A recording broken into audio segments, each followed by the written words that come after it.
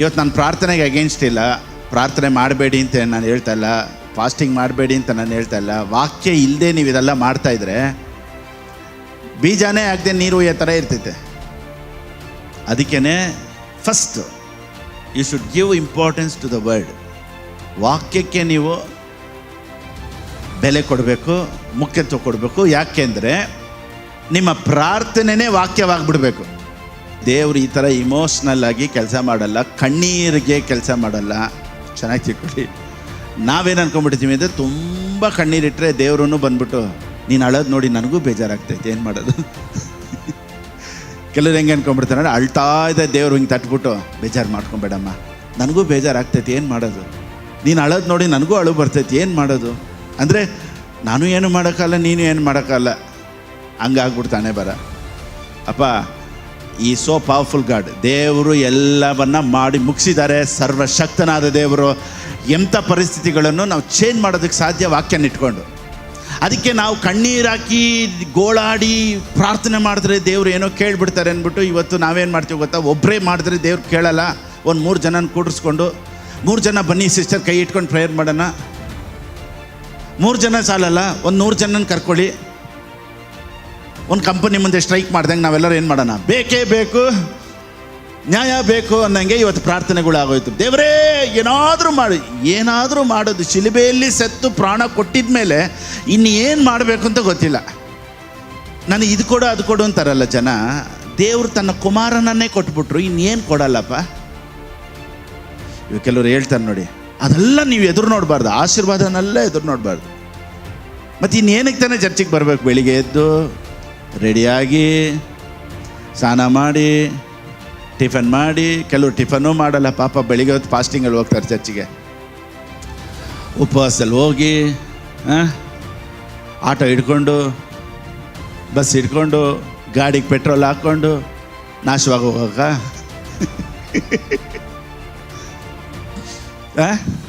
ಏನೂ ಇಲ್ಲ. ಮುಖ್ಯ ಅಂದರೆ ಮತ್ತೆ ಏನಕ್ಕೆ ಬರಬೇಕು? ಪಾಸ್ಟರ್, ಆಶೀರ್ವಾದಕ್ಕೆ ಮುಖ್ಯತ್ವ ಕೊಡಬೇಕು ಅಂತ ಹೇಳ್ತೀರಲ್ಲ, ಏನಕ್ಕೆ ಆಶೀರ್ವಾದ? ನಾನು ಹೇಳಲೆ ಏನಕ್ಕೆ ಆಶೀರ್ವಾದ ಅಂತ. ದೇವರು ನನ್ನನ್ನು ಕರೆದದ್ದಕ್ಕೆ, ನನಗೆ ಕೊಟ್ಟಿರೋ ಪ್ರಾಜೆಕ್ಟ್ ಎಲ್ಲ ಮಾಡಬೇಕು ಅಂದರೆ I have to live in blessing. ದೇವ್ರ ಸೇವೆನ, ದೇವ್ರು ನನಗೆ ಕೊಟ್ಟಿರುವಂಥ ಸೇವೆನ ನಾನು ಚೆನ್ನಾಗಿ ಮಾಡಬೇಕು ಅಂದರೆ ನನಗೇನು ಬೇಕು? ಆಶೀರ್ವಾದ. ಇಲ್ಲೇ ಏನ್ರಿ ಸೇವೆ ಮಾಡ್ತೀರಾ? ಕೆಲವರು ಇದಕ್ಕೆ ಎಗೇನ್ಸ್ಟಾಗೇ ಕುಂತಿರ್ತಾರೆ, ಕ್ರೈಸ್ತರೇ ಎಗೇನ್ಸ್ಟಾಗಿ ಕುಂತಿರ್ತಾರೆ. ಇದು ಮುಖ್ಯ ಅಲ್ಲ ಪಾಸ್ಟರ್, ಇದು ಮುಖ್ಯ ಅಲ್ಲ. ನಾನೇನು ಹೇಳ್ತೀನಿ ಅಂದರೆ, ದೇವ್ರು ಕೊಟ್ಟಿರುವಂಥ ಸೇವೆ ಇವಾಗ ಏನು ಬೇಡಪ್ಪ. ದೇವ್ರ ವಾಕ್ಯ ನಡೀತೆ, ಲೋಕವೆಲ್ಲ ಹೋಗಿ ಏನು ಮಾಡಿ, ಲೋಕಕ್ಕೆಲ್ಲ ಹೆಂಗೆ ಹೋಗ್ತೀರಾ? ಇಲ್ಲ, ನಡ್ಕೊಂಡೇ ಹೋಗ್ತೀನಿ ಅಷ್ಟೆ. ವಾಕ್ಯ ಅನ್ನೋದು ಬಹಳ ಮುಖ್ಯವಾದದ್ದು ನಮ್ಮ ಜೀವನದಲ್ಲಿ. ಅನೇಕ ಕ್ರೈಸ್ತರು ಈ ರೀತಿ ಹೇಳ್ತಾರೆ, ಪ್ರೇಯರ್ ಚೇಂಜಸ್ ಥಿಂಗ್ಸ್ ಅಂತ ಹೇಳ್ತಾರೆ. ಪ್ರೇಯರ್ ಚೇಂಜಸ್ ಥಿಂಗ್ಸ್ ಅಂತ ಹೇಳ್ತಾರೆ. ಆದರೆ ಅದು ನಿಜ ಅಲ್ಲ. Prayer can't change the things, only word can change the things. ಆಮೇಲೆ ಕೆಲವ್ರಿಗೆ ಇದನ್ನು ಕೇಳಿದ ತಕ್ಷಣ ಟೆನ್ಷನ್ ಆಗ್ಬೋದು. ಏನು ಪಾಸ್ಟರ್, ಪ್ರಾರ್ಥನೆ ಮುಖ್ಯತ್ವ ಅಲ್ವಾ? ಪ್ರಾರ್ಥನೆ ಬಗ್ಗೆ ತಾನೇ ಎಲ್ಲರೂ ಮುಖ್ಯತ್ವ ಕೊಡೋದು. ಚೆನ್ನಾಗಿ ಪ್ರೇಯರ್ ಮಾಡು ಅಂತ. ನೀವು ನೋಡಿದ್ರೆ ವಾಕ್ಯನೇ ಮುಖ್ಯ ಅಂತೀರಾ ಅಂತ ಹೇಳ್ತಾರೆ. ಆದರೆ ನಾನೇನು ಹೇಳ್ತೀನಿ ಅಂದರೆ, ವಾಕ್ಯ ಅನ್ನೋದು ಬೀಜ ಇದ್ದಂಗೆ. ಫಸ್ಟು ನೆಲದಲ್ಲಿ ಬೀಜ ಹಾಕ್ಬಿಟ್ಟಿದ ಮೇಲೆ ನೀರು ಒಯ್ಯಬೇಕು, ಆಮೇಲೆ ಅದಕ್ಕೆ ಗೊಬ್ಬರ ಹಾಕಬೇಕು. ಅದರಲ್ಲಿ ಬೀಜನೇ ಇಲ್ಲದೆ ಇರೋ ಕಡೆ ಹೋಗಿ ಸುಮ್ಮನೆ ನೀರು ಹಾಕಿ ಗೊಬ್ಬರ ಹಾಕ್ತಾಯಿದ್ರೆ ಏನಾದರೂ ಬೆಳೆಯುತ್ತಾ? ಸೊ ವಾಕ್ಯ ಅನ್ನೋದು ಬೀಜ ಇದ್ದಂಗೆ. ಬೀಜ ಹಾಕಿದ ಮೇಲೆ ಅದರ ಮೇಲೆ ನೀವು ಪ್ರೇಯರ್ ಮಾಡಿ, ಅದ್ರ ಮೇಲೆ ನೀವು ವರ್ಷಿಪ್ ಮಾಡಿ, ಅದ್ರ ಮೇಲೆ ನೀವು ಏನು ಮಾಡ್ತೀರೋ ಅದು ನೆಕ್ಸ್ಟ್. ಆದರೆ ಫಸ್ಟು ಮೇಯ್ನ್ ಏನಂದರೆ ಸೀಡೆ ವಾಕ್ಯ. ವಾಕ್ಯ ಇರೋ ಕಡೆ ಖಂಡಿತವಾಗ್ಲೂ ಜಯ ಸಿಕ್ಕೇ ಸಿಗುತ್ತೆ. Praise the lord. ಅದಕ್ಕೆ ನೋಡಿ, ದೇವ್ರ ವಾಕ್ಯ ಈ ರೀತಿ ಹೇಳುತ್ತೆ, ವಾಕ್ಯವನ್ನು ಬಿತ್ತಿದ ಕೂಡಲೇ ಸೈತಾನನು ಬಂದು. ಮಾರ್ಕನಿಗೆ ಬರೆದ ಪುಸ್ತಕ 4ನೇ ಅಧ್ಯಾಯ 13ನೇ ವಾಕ್ಯ. The book of Mark chapter 4 from verse 13-14 ಹಂಗೆ ಓದೋಣ. ವಾಕ್ಯವೆಂಬ ಬೀಜವನ್ನು ಬಿತ್ತುತ್ತಾನೆ. ಎಲ್ಲರೂ ಹೇಳಿ. ಈಗ ನಾನು ವಾಕ್ಯ ಎಂಬ ಬೀಜನ ಇವತ್ತು ಹಾಕ್ತಾ ಇದ್ದೀನಿ. ಇವತ್ತು ನಾನು ಏನು ಹಾಕ್ತೀನೋ ಅದು ಖಂಡಿತವಾಗಿ ನಿಮ್ಮ ಜೀವನದಲ್ಲಿ ಬೆಳಿಬೇಕು. ಇವಾಗ ನೋಡಿ, ಇವಾಗ ಒಂದು ತೋಟ ಇದೆ ಅಂತ ಇಟ್ಕೊಳ್ಳಿ. ಆ ತೋಟನ ನಾವು ಸರಿಯಾಗಿ ಅದಕ್ಕೆ ಬೀಜ ಹಾಕಿ ಈ ಥರ ಮರನೆಲ್ಲ ಕರೆಕ್ಟಾಗಿ ಬೆಳೆಸಿದ್ರೆ ಅದು ಒಂದು ತೋಟವಾಗಿ ಭಾಳ ಸುಂದರವಾಗಿರುತ್ತೆ. ಸುಮ್ಮನೆ ತೋಟ ಐತೆ, ಏನು ತಾನಾಗೇ ಬೆಳೆದು ಬಿಡುತ್ತೆ. ನಾನು ಪ್ರೇಯರ್ ಮಾಡ್ತಾಯಿದ್ದೀನಿ ಪಾಸ್ಟರ್, ಚೆನ್ನಾಗಿ ಒಂದು ತೋಟ ಬರಬೇಕು ಅಂತ ಪ್ರೇಯರ್ ಮಾಡ್ತಾಯಿದ್ದೀನಿ. ನೋಡಿ, ತೋಟ ತಾನಾಗಿ ಬರೋದಿಲ್ಲ. ತೋಟ ಚೆನ್ನಾಗಿರಬೇಕು, ಗಾರ್ಡನ್ ಚೆನ್ನಾಗಿರಬೇಕು ಅಂದರೆ ಅದಕ್ಕೆ ಕೆಲಸ ಮಾಡಬೇಕು, ಅದಕ್ಕೆ ಬಿತ್ತಬೇಕು, ಅದಕ್ಕೆ ನೀರು ಉಯ್ಬೇಕು, ಅದಕ್ಕೆ ಬೇಲಿ ಹಾಕಬೇಕು, ಅದನ್ನು ಕಾಪಾಡಬೇಕು, ಅದಕ್ಕೆ ಗೊಬ್ಬರ ಹಾಕಬೇಕು, ಹುಳ ಗಿಳ ಹಿಡ್ದಿದೆ ಅಂತ ಚೆಕ್ ಮಾಡಬೇಕು. ಅದೆಲ್ಲ ಅವಾಗವಾಗ ಚೆಕ್ ಮಾಡಿ ಅದನ್ನು ಕರೆಕ್ಟಾಗಿ ನೋಡಿದ್ರೆ ನಾವು ಒಂದು ಸತಿ ನೋಡಿದಾಗ wow, what A beautiful garden, ಎಷ್ಟು ಸುಂದರವಾದ ತೋಟ ಅಂತ ಹೇಳೋದಕ್ಕೆ ಸಾಧ್ಯ. ಸೊ ನಿಮ್ಮ ಜೀವನ ನೋಡಿ, ಇವಾಗ ಒಂದು ಕೆಲವೊಂದು ತೋಟಗಳನ್ನೆಲ್ಲ ನೋಡ್ತೀವಲ್ಲ, ಆ ತೋಟಗಳನ್ನೆಲ್ಲ ನೋಡಿದಾಗ ಅಪ್ಪ ಎಷ್ಟು ಚೆನ್ನಾಗಿದೆ ಅಂತ ಹೇಳ್ತೀವಿ. ಆದರೆ ಎಷ್ಟು ಚೆನ್ನಾಗಿದೆ ಅಂತ ಹೇಳೋದಕ್ಕಿಂತ ಹಿಂದೆ ಎಷ್ಟು ಅದಕ್ಕೆ ಕೆಲಸ ಮಾಡಿರ್ತಾರೆ. ಇವತ್ತು ನಿಮ್ಮ ಲೈಫು ವಾವ್ ಏನು ಸೂಪರಾಗಿದೆ ಅಂತ ಹೇಳಿದ್ರೆ, ಜನ ಹೇಳಬೇಕು ಅಂದರೆ ಅದರ ಹಿಂದೆ ನೀವು ಕೆಲಸ ಮಾಡಿರಬೇಕು. Praise the lord. ಇಲ್ಲ ಪಾಸ್ಟರ್, ನಾನು ಪ್ರೇಯರ್ ಮಾಡ್ತಾಯಿದ್ದೀನಿ, ತಾನಾಗೇ ಒಂದು ದಿವಸ ಇಲ್ಲ ಒಂದು ದಿವಸ ಅದ್ಭುತ ಆಗುತ್ತೆ ಅಂತ ನೀವು ಒಂದು ತೋಟದಲ್ಲಿ ನಿಂತ್ಕೊಂಡು ಹೇಳಿದ್ರೆ, ಒಂದು ದಿವಸ ಇಲ್ಲ ಒಂದು ದಿವಸ ತಾನಾಗೇ ಗಿಡ ಬರುತ್ತೆ ಅಂತಲ್ಲ, ಮುಳ್ಳೇ ಬರೋದು. ಏನು ಬರೋದು? ಅದಕ್ಕೇನು ಬೀಜ ಹಾಕಬೇಕಾಗಿದ್ದ ಅವಶ್ಯಕತೆ ಇಲ್ಲ. ಏನು ಬೆಳೆಯುತ್ತೆ? ಮುಳ್ಳುಗಳು ಬೆಳೆದು ಬಿಡ್ತೈತೆ. ಇಲ್ಲಾಂದರೆ ಕಾಂಗ್ರೆಸ್ ಗಿಡ ಅಂತಾರಲ್ಲ, ಏನಕ್ಕೂ ಪ್ರಯೋಜನ ಇಲ್ಲದೆ ಇರೋದು ಅಥವಾ ಮುಳ್ಳು ಇಂಥದ್ದೇ ಬೆಳೆಯೋದು. ನಾವು ತೋಟದಲ್ಲಿ ಕೆಲಸ ಮಾಡದೆ ಹೋದರೆ, ಈಗ ನಾನು ಮಾತಾಡೋ ಈ ಪ್ರಸಂಗಗಳೆಲ್ಲ ಚೆನ್ನಾಗಿ ತೋಟ ಬೆಳೆಸಿರೋರು, ಗಿಡ ಬೆಳೆಸಿರೋರು, ವ್ಯವಸಾಯಿಗಳು, ಇಂಥವ್ರಿಗೆಲ್ಲ ಚೆನ್ನಾಗಿ ಅರ್ಥ ಆಗುತ್ತೆ. ಹೋದ ವಾರದ ಪ್ರಸಂಗ, ಈ ವಾರದ ಪ್ರಸಂಗ ಇದೆಲ್ಲ ಚೆನ್ನಾಗಿ ಅರ್ಥ ಆಗುತ್ತೆ. ಸರಿ, ಅದಕ್ಕೆ ಏನೇನು ಕೆಲಸ ಮಾಡಿರಬೇಕು, ಏನದು ಅನ್ನೋದನ್ನೆಲ್ಲ ನಾವು ನೋಡೋಣ. Okay, right. ನೆಕ್ಸ್ಟ್ ವಾಕ್ಯ 15. ಕೆಲವರು ವಾಕ್ಯವನ್ನು ಕೇಳಿದ ಕೂಡಲೇ ಸೈತಾನನು ಬಂದು ಅವರಲ್ಲಿ ಬಿತ್ತಿದ ವಾಕ್ಯವನ್ನು ತೆಗೆದು ಬಿಡುತ್ತಾನೆ. ಓಕೆ, ಸೈತಾನನು ಬಂದು, ಕೂಡಲೇ ಬಂದು ಅಂತ ಐತೆ ಅಲ್ವಾ? ಸೈತಾನನು ಕೂಡಲೇ. ಈಗ ಅವನು ಬರೋದಕ್ಕೆ ಕಾರಣ ಏನು ಅಂದರೆ,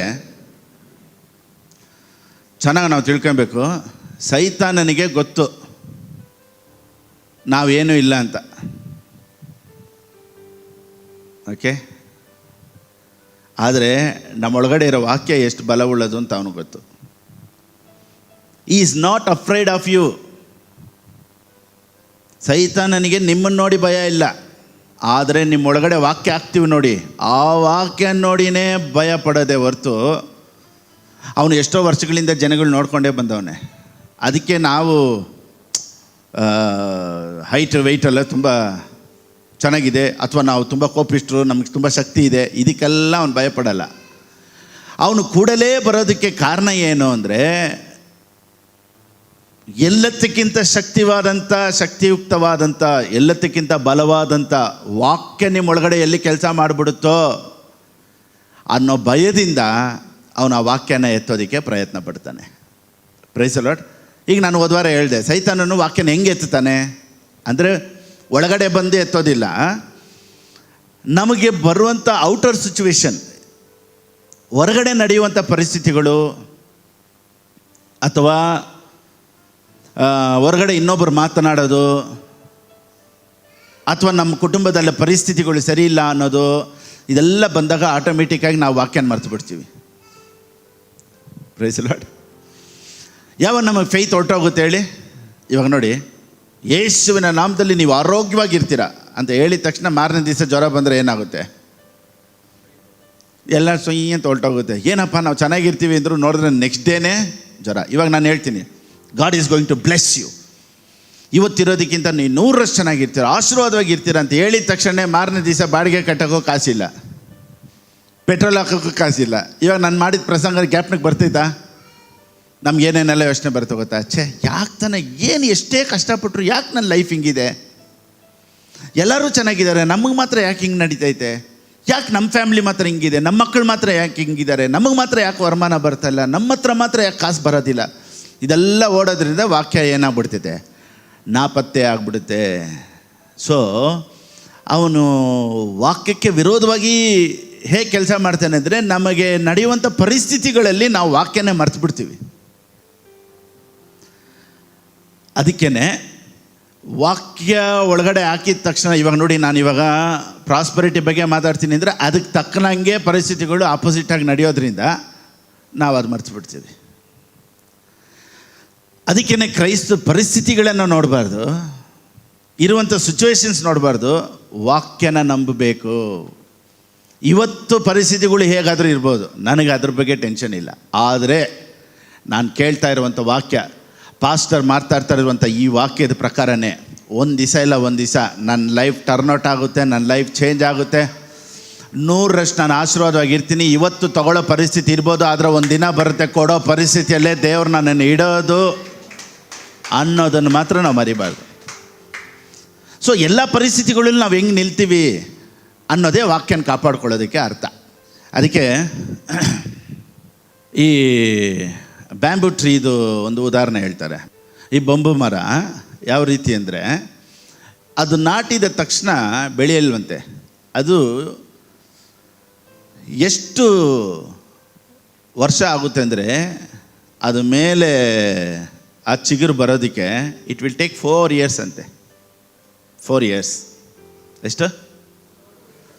4 ವರ್ಷ. ಈ 4 ವರ್ಷದಲ್ಲಿ ಅವರು ಅದನ್ನು ಬಂದು ನೋಡಿದಾಗೆಲ್ಲ ಏನು ಅನಿಸುತ್ತೆ ಅಂದರೆ, ಅಷ್ಟೇ ಮುಗೀತು, ಅಷ್ಟೇ, ಇನ್ಮೇಲೆ ಬರೋ ಸೂಚನೆಯೇ ಇಲ್ಲ, ಏನು ಆಗೋ ಥರ ಇಲ್ಲ, ಏನೂ ಇಲ್ಲ, ಏನು ಬರಲ್ಲ ಅನ್ನೋ ಥರನೇ ಮೈಂಡಲ್ಲಿ ಬರುತ್ತೆ. ಆದರೆ ಈ 4 ವರ್ಷದ ನಂತರ, ಆಫ್ಟರ್ 4 years 3 monthsಲ್ಲಿ 18 ಅಡಿ ಬೆಳೆಯುತ್ತಂತೆ. ಎಷ್ಟು? 4 years ಅದರ ಸೂಚನೆಯೇ ಇರಲ್ಲ, ಆದರೆ 3 ತಿಂಗಳಲ್ಲಿ 18 ಅಡಿ ಬೆಳೆಯುತ್ತಂತೆ, 3 ತಿಂಗಳಲ್ಲಿ. ಸೊ ಇದರಲ್ಲಿ ನಮಗೇನು ಅರ್ಥ ಆಗುತ್ತೆ ಅಂದರೆ, ಒಂದೇ ಸತಿ ಹೈಟಿಗೆ ಹೋಗ್ಬಿಡ್ಬೇಕು ಅನ್ನೋದಲ್ಲ. ಈ 4 ವರ್ಷ ಈ ಬಂಬು ಮರ ಏನು ಮಾಡಿದೆ ಅಂದರೆ, ಇದು ಒಳಗಡೆ ಕೆಲಸ ಮಾಡ್ತಾಯಿದೆ. ಈ 4 ವರ್ಷ ಇದು ಬೇರೆಲ್ಲ ಒಳಗಡೆ ಹೋಗಿ ಗಟ್ಟಿಯಾಗಿ ಸ್ಟ್ರಾಂಗಾಗಿ, ಯಾಕೆ ಗೊತ್ತಾ, ಎಷ್ಟು ಎತ್ತರಕ್ಕೆ ಹೋಗ್ಬೇಕೋ ಅಷ್ಟು ಒಳಗಡೆ ಏನಾಗ್ತೈತೆ, ರೂಟ್ ಕೆಲಸ ಮಾಡಬೇಕು. ನಾನೇನು ಹೇಳ್ತೀನಿ ಅಂದರೆ, ನೀವು ಜೀವನದಲ್ಲಿ ಎತ್ತರಕ್ಕೆ ಹೈಟಲ್ಲಿ ಹೋಗ್ಬೇಕು, ಪ್ರಾಸ್ಪರಿಟಿಯಲ್ಲಿ ಹೋಗ್ಬೇಕು ಅಂದರೆ ಫಸ್ಟು ರೂಟ್ ಸ್ಟ್ರಾಂಗ್ ಆಗಬೇಕು. ಅದಕ್ಕೇ ವಾಕ್ಯದನ್ನ ಕೇಳಿದ ತಕ್ಷಣ ಮಾರನೇ ದಿವಸನೋ ಅಥವಾ 1 ವಾರದಲ್ಲೋ ಅಥವಾ 2 ವಾರದಲ್ಲೋ ಅಥವಾ 1 ತಿಂಗಳಲ್ಲೇ ಏನಪ್ಪ ಚರ್ಚ್ಗೆ ಹೋಗಿ ಏನೂ ಆಗಿಲ್ಲ, ಏನು ರಿಸಲ್ಟೇ ಬಂದಿಲ್ಲ ಅನ್ನೋದು ನಮ್ಮ ಮೈಂಡಿಗೆ ಬರಲೇಬಾರ್ದು. ಈ ಬ್ಯಾಂಬೂ ಟ್ರೀ ಹೆಂಗೋ 4 ವರ್ಷ ಒಳಗಡೆ ಕೆಲಸ ಮಾಡುತ್ತೋ, ಅದೇ ರೀತಿಯೇ ನಾವು ಕೊಡುವಂಥ ವಾಕ್ಯ ನಿಮ್ಮ ಒಳಗಡೆ ಕೆಲಸ ಮಾಡಬೇಕು. ಯಾಕೆ ಗೊತ್ತಾ, ನೀವು ಹೋಗೋ ಹೈಟು ತುಂಬ ಎತ್ತರವಾದದ್ದು. Praise the Lord. ಓಕೆ, ನೋಡಿ, ಈ ವಾಕ್ಯ ಯಾವ ರೀತಿ ಕ್ರೈಸ್ತರಲ್ಲಿ ಕೆಲಸ ಮಾಡುತ್ತೆ ಅಂತ ನಾವು ಚೆನ್ನಾಗಿ ತಿಳ್ಕೊಂಬಿಡ್ಬೇಕು. ಇಲ್ಲಾಂದರೆ ನಮಗೇನಾಗುತ್ತೆ ಗೊತ್ತಾ, ಲೈಫೆಲ್ಲ ಫೆಡಪ್ ಆಗಿಬಿಡುತ್ತೆ. ಏನಂದರೆ ನಾವೇನು ಪ್ರಾರ್ಥನೆ ಮಾಡ್ತೀವಿ, ಏನು ಚರ್ಚ್ಗೆ ಹೋಗ್ತೀವಿ, ಏನು ಪ್ರೇಯರ್ ಮಾಡ್ತೀವಿ, ಎಷ್ಟು ಫಾಸ್ಟಿಂಗ್ ಎತ್ತಿದ್ದೀನಿ, ಏನು ಮಾಡಿದ್ರು ನಮ್ಮ ಲೈಫ್ ಉದ್ಧಾರ ಆಗೋ ಥರ ಇಲ್ಲೋ ಅಲ್ಲ ಅನ್ನೋ ಕನ್ಕ್ಲೂಷನ್ಗೆ ನಾವು ಬಂದುಬಿಡ್ತೀವಿ. ಅದಕ್ಕೇ ದೇವ್ರು ಏನು ಹೇಳ್ತಾರೆ ಗೊತ್ತಾ, ನಿಮಗೆ ಈ ಸಾಮ್ಯ ಅರ್ಥವಾಗದೆ ಹೋದರೆ ಯಾವ ಸಾಮ್ಯನೂ ಅರ್ಥ ಆಗಲ್ಲ. ಅದೇ 13ನೇ ವಾಕ್ಯದಲ್ಲಿ ಯೇಸು ಸ್ವಾಮಿ ಹೇಳಿದ್ದು. ಆಮೇಲೆ ಆತನು ಅವರಿಗೆ ಹೇಳಿದ್ದೇನೆಂದರೆ, ಈ ಸಾಮ್ಯದ ಅರ್ಥ ನಿಮಗೆ ಗೊತ್ತಾಗಲಿಲ್ಲವೋ? ಈ ಸಾಮ್ಯದ ಅರ್ಥ ನಿಮ್ಗೆ ಗೊತ್ತಾಗ್ಲಿಲ್ವೋ? ಹಾಗಾದರೆ ನನ್ನ ಎಲ್ಲ ಸಾಮ್ಯಗಳನ್ನು ಹೇಗೆ ತಿಳ್ಕೊಂಡ್ರಿ? ಅಂದರೆ ನಿಮ್ಗೆ ಇದೇ ಅರ್ಥ ಆಗಿಲ್ಲ ಅಂದರೆ ನಿಮಗೆ ಯಾವುದು ಅರ್ಥ ಆಗೋದಿಲ್ಲ. ಈಗ ನೋಡಿ, ಯೇಸು ಸ್ವಾಮಿ ಏನು ಹೇಳ್ತಾರೆ ಅಂದರೆ, ಇದು ನಿಮ್ಗೆ ಅರ್ಥ ಆಗದೆ ಹೋದರೆ ನಿಮ್ಗೆ ಯಾವುದು ಅರ್ಥ ಆಗಲ್ಲ. ಇದೇ ಲೈಫ್ ಅಂದರೆ ಏನು ಗೊತ್ತಾ, ಸೋಯಿಂಗ್ ಆ್ಯಂಡ್ ರೀಪಿಂಗ್. ಸೊ ಎಷ್ಟು ನೀವು ಒಳಗಡೆ ಹಾಕ್ತಿರೋ, ಎಷ್ಟು ನಿಮ್ಮ ತೋಟಕ್ಕೆ ನೀವು ಬೀಜ ಹಾಕ್ತಿರೋ, ಎಷ್ಟು ನೀವು ಟೈಮ್ ಸ್ಪೆಂಡ್ ಮಾಡ್ತಿರೋ, ಅಷ್ಟು ನಿಮ್ಮ ಲೈಫ್ ಸೂಪರಾಗಿರುತ್ತೆ.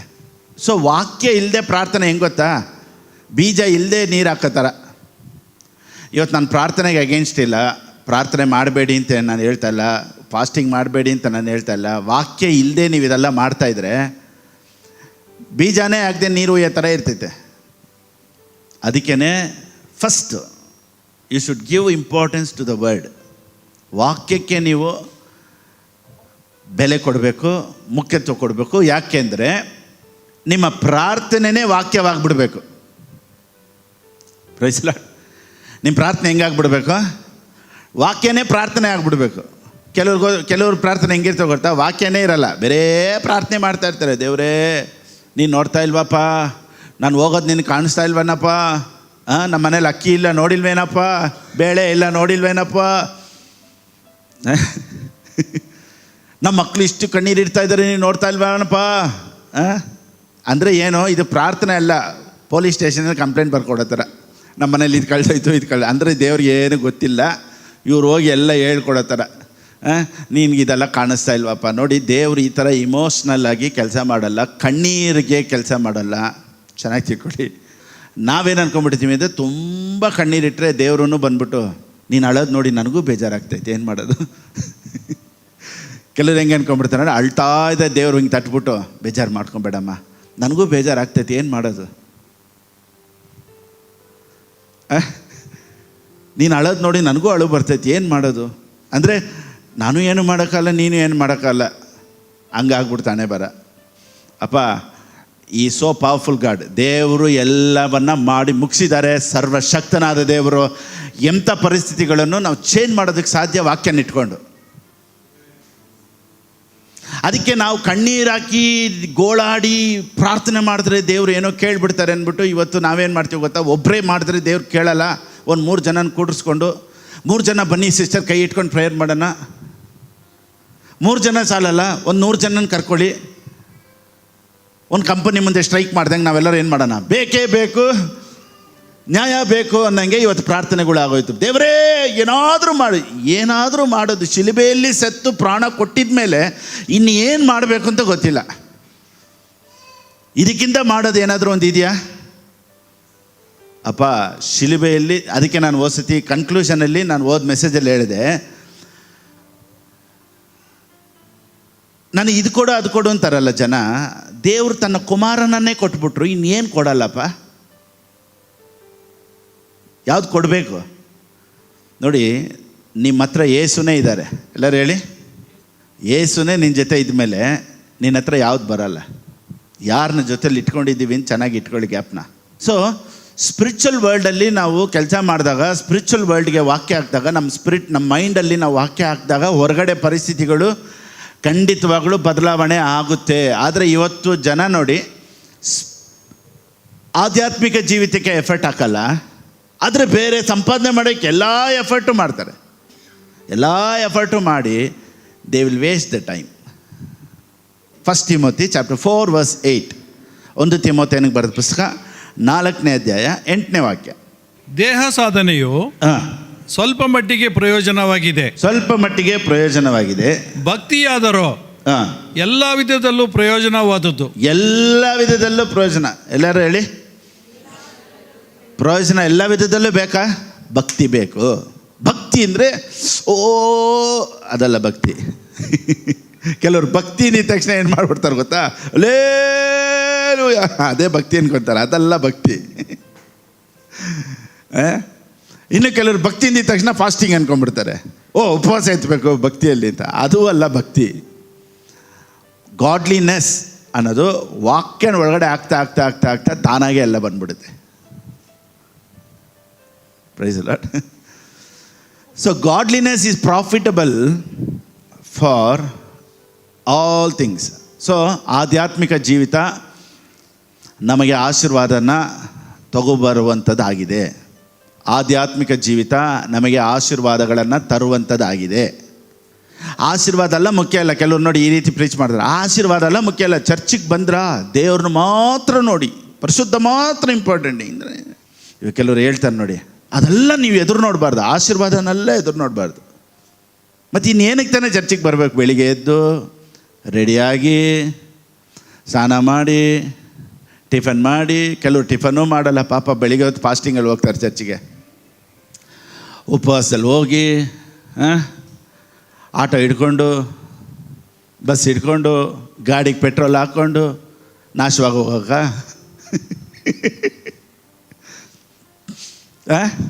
ಏನೂ ಇಲ್ಲ ಮುಖ್ಯ ಅಂದರೆ ಮತ್ತೆ ಏನಕ್ಕೆ ಬರಬೇಕು? ನೀವೆಲ್ಲದರಲ್ಲೂ ಚೆನ್ನಾಗಿರಬೇಕು ಅಂತಲೇ ಬರಬೇಕು. ನಾನು ಹೇಳ್ತೀನಿ, ದೇವ್ರನ್ನ ಹುಡುಕುವವರು ನಾಚಿಕೆ ಪಟ್ಟು ಹೋಗೋದಿಲ್ಲ. ಇವತ್ತಿರೋದಕ್ಕಿಂತ 100ರಷ್ಟು ಚೆನ್ನಾಗಿರ್ತಾರೆ. ಆಮೇನ್. ಬೈಬಲೆಲ್ಲ ಫುಲ್ಲಾಗಿ ನೀವು ಹೆಂಗಾದ್ರೆ ತಿರುಗಿಸೋದಿ. ಸತ್ಯವೇದ ಏನು ಹೇಳುತ್ತೆ? ಪ್ರಾಯದ ಸಿಂಹವೋ ಹಸಿದಾವು, ಆತನನ್ನು ಹುಡುಕುವವರು ಮತ್ತು ಯಾವುದಕ್ಕೂ ಕಡಿಮೆ ಆಗಲ್ಲ, ಯಾವುದೂ ಕಡಿಮೆ ಇರಲ್ಲ. ದೇವ್ರ ವಾಕ್ಯ ಹೇಳುತ್ತೆ, ಶತ್ರುಗಳ ಮುಂದೆ ನಿನಗೆ ಔತಣ ಸಿದ್ಧಪಡಿಸ್ತೀನಿ. ಎಲ್ಲನೂ ಬೈಬಲೆಲ್ಲ ನೋಡಿ ಚೆನ್ನಾಗಿರಬೇಕು, ನೀವು ಚೆನ್ನಾಗಿರಬೇಕು, ನೀವು ಚೆನ್ನಾಗಿರಬೇಕು ಅಂತ. ಸೊ ಚರ್ಚಲ್ಲಿ ನಾವು ಪ್ರೀಚ್ ಮಾಡಬೇಕಾದದ್ದು ಏನು ಗೊತ್ತಾ? ನೀವು ಚೆನ್ನಾಗಿರಬೇಕು, ನೀವು ಚೆನ್ನಾಗಿರಬೇಕು, ನೀವು ಚೆನ್ನಾಗಿರಬೇಕು. Praise the lord. ಸೊ ಆಶೀರ್ವಾದನ ಕೆಲವೊಂದು ಚರ್ಚು ವ್ಯಾಲ್ಯೂ ಮಾಡೋದಿಲ್ಲ ನೋಡಿ. ವ್ಯಾಲ್ಯೂ ಮಾಡೋದಿಲ್ಲ ಅಂದರೆ ಬೆಲೆ ಕೊಡೋದಿಲ್ಲ. ಆಶೀರ್ವಾದ ಎಲ್ಲ ಮುಖ್ಯ ಇಲ್ಲ ನೋಡಿ. ನೀವು ಯಾವುದನ್ನು ಮುಖ್ಯ ಇಲ್ಲ ಅಂತೀರೋ ಅದು ನಿಮ್ಮ ಹತ್ರ ಬರಲ್ಲ. ಮತ್ತೆ ಹೇಳ್ತೀನಿ ನೋಡಿ, ಯಾವುದಕ್ಕೆ ನೀವು ಗೌರವ ಕೊಡಲ್ವೋ ಅದು ನಿಮ್ಮ ಹತ್ರ ಬರಲ್ಲ. You have to value the blessings.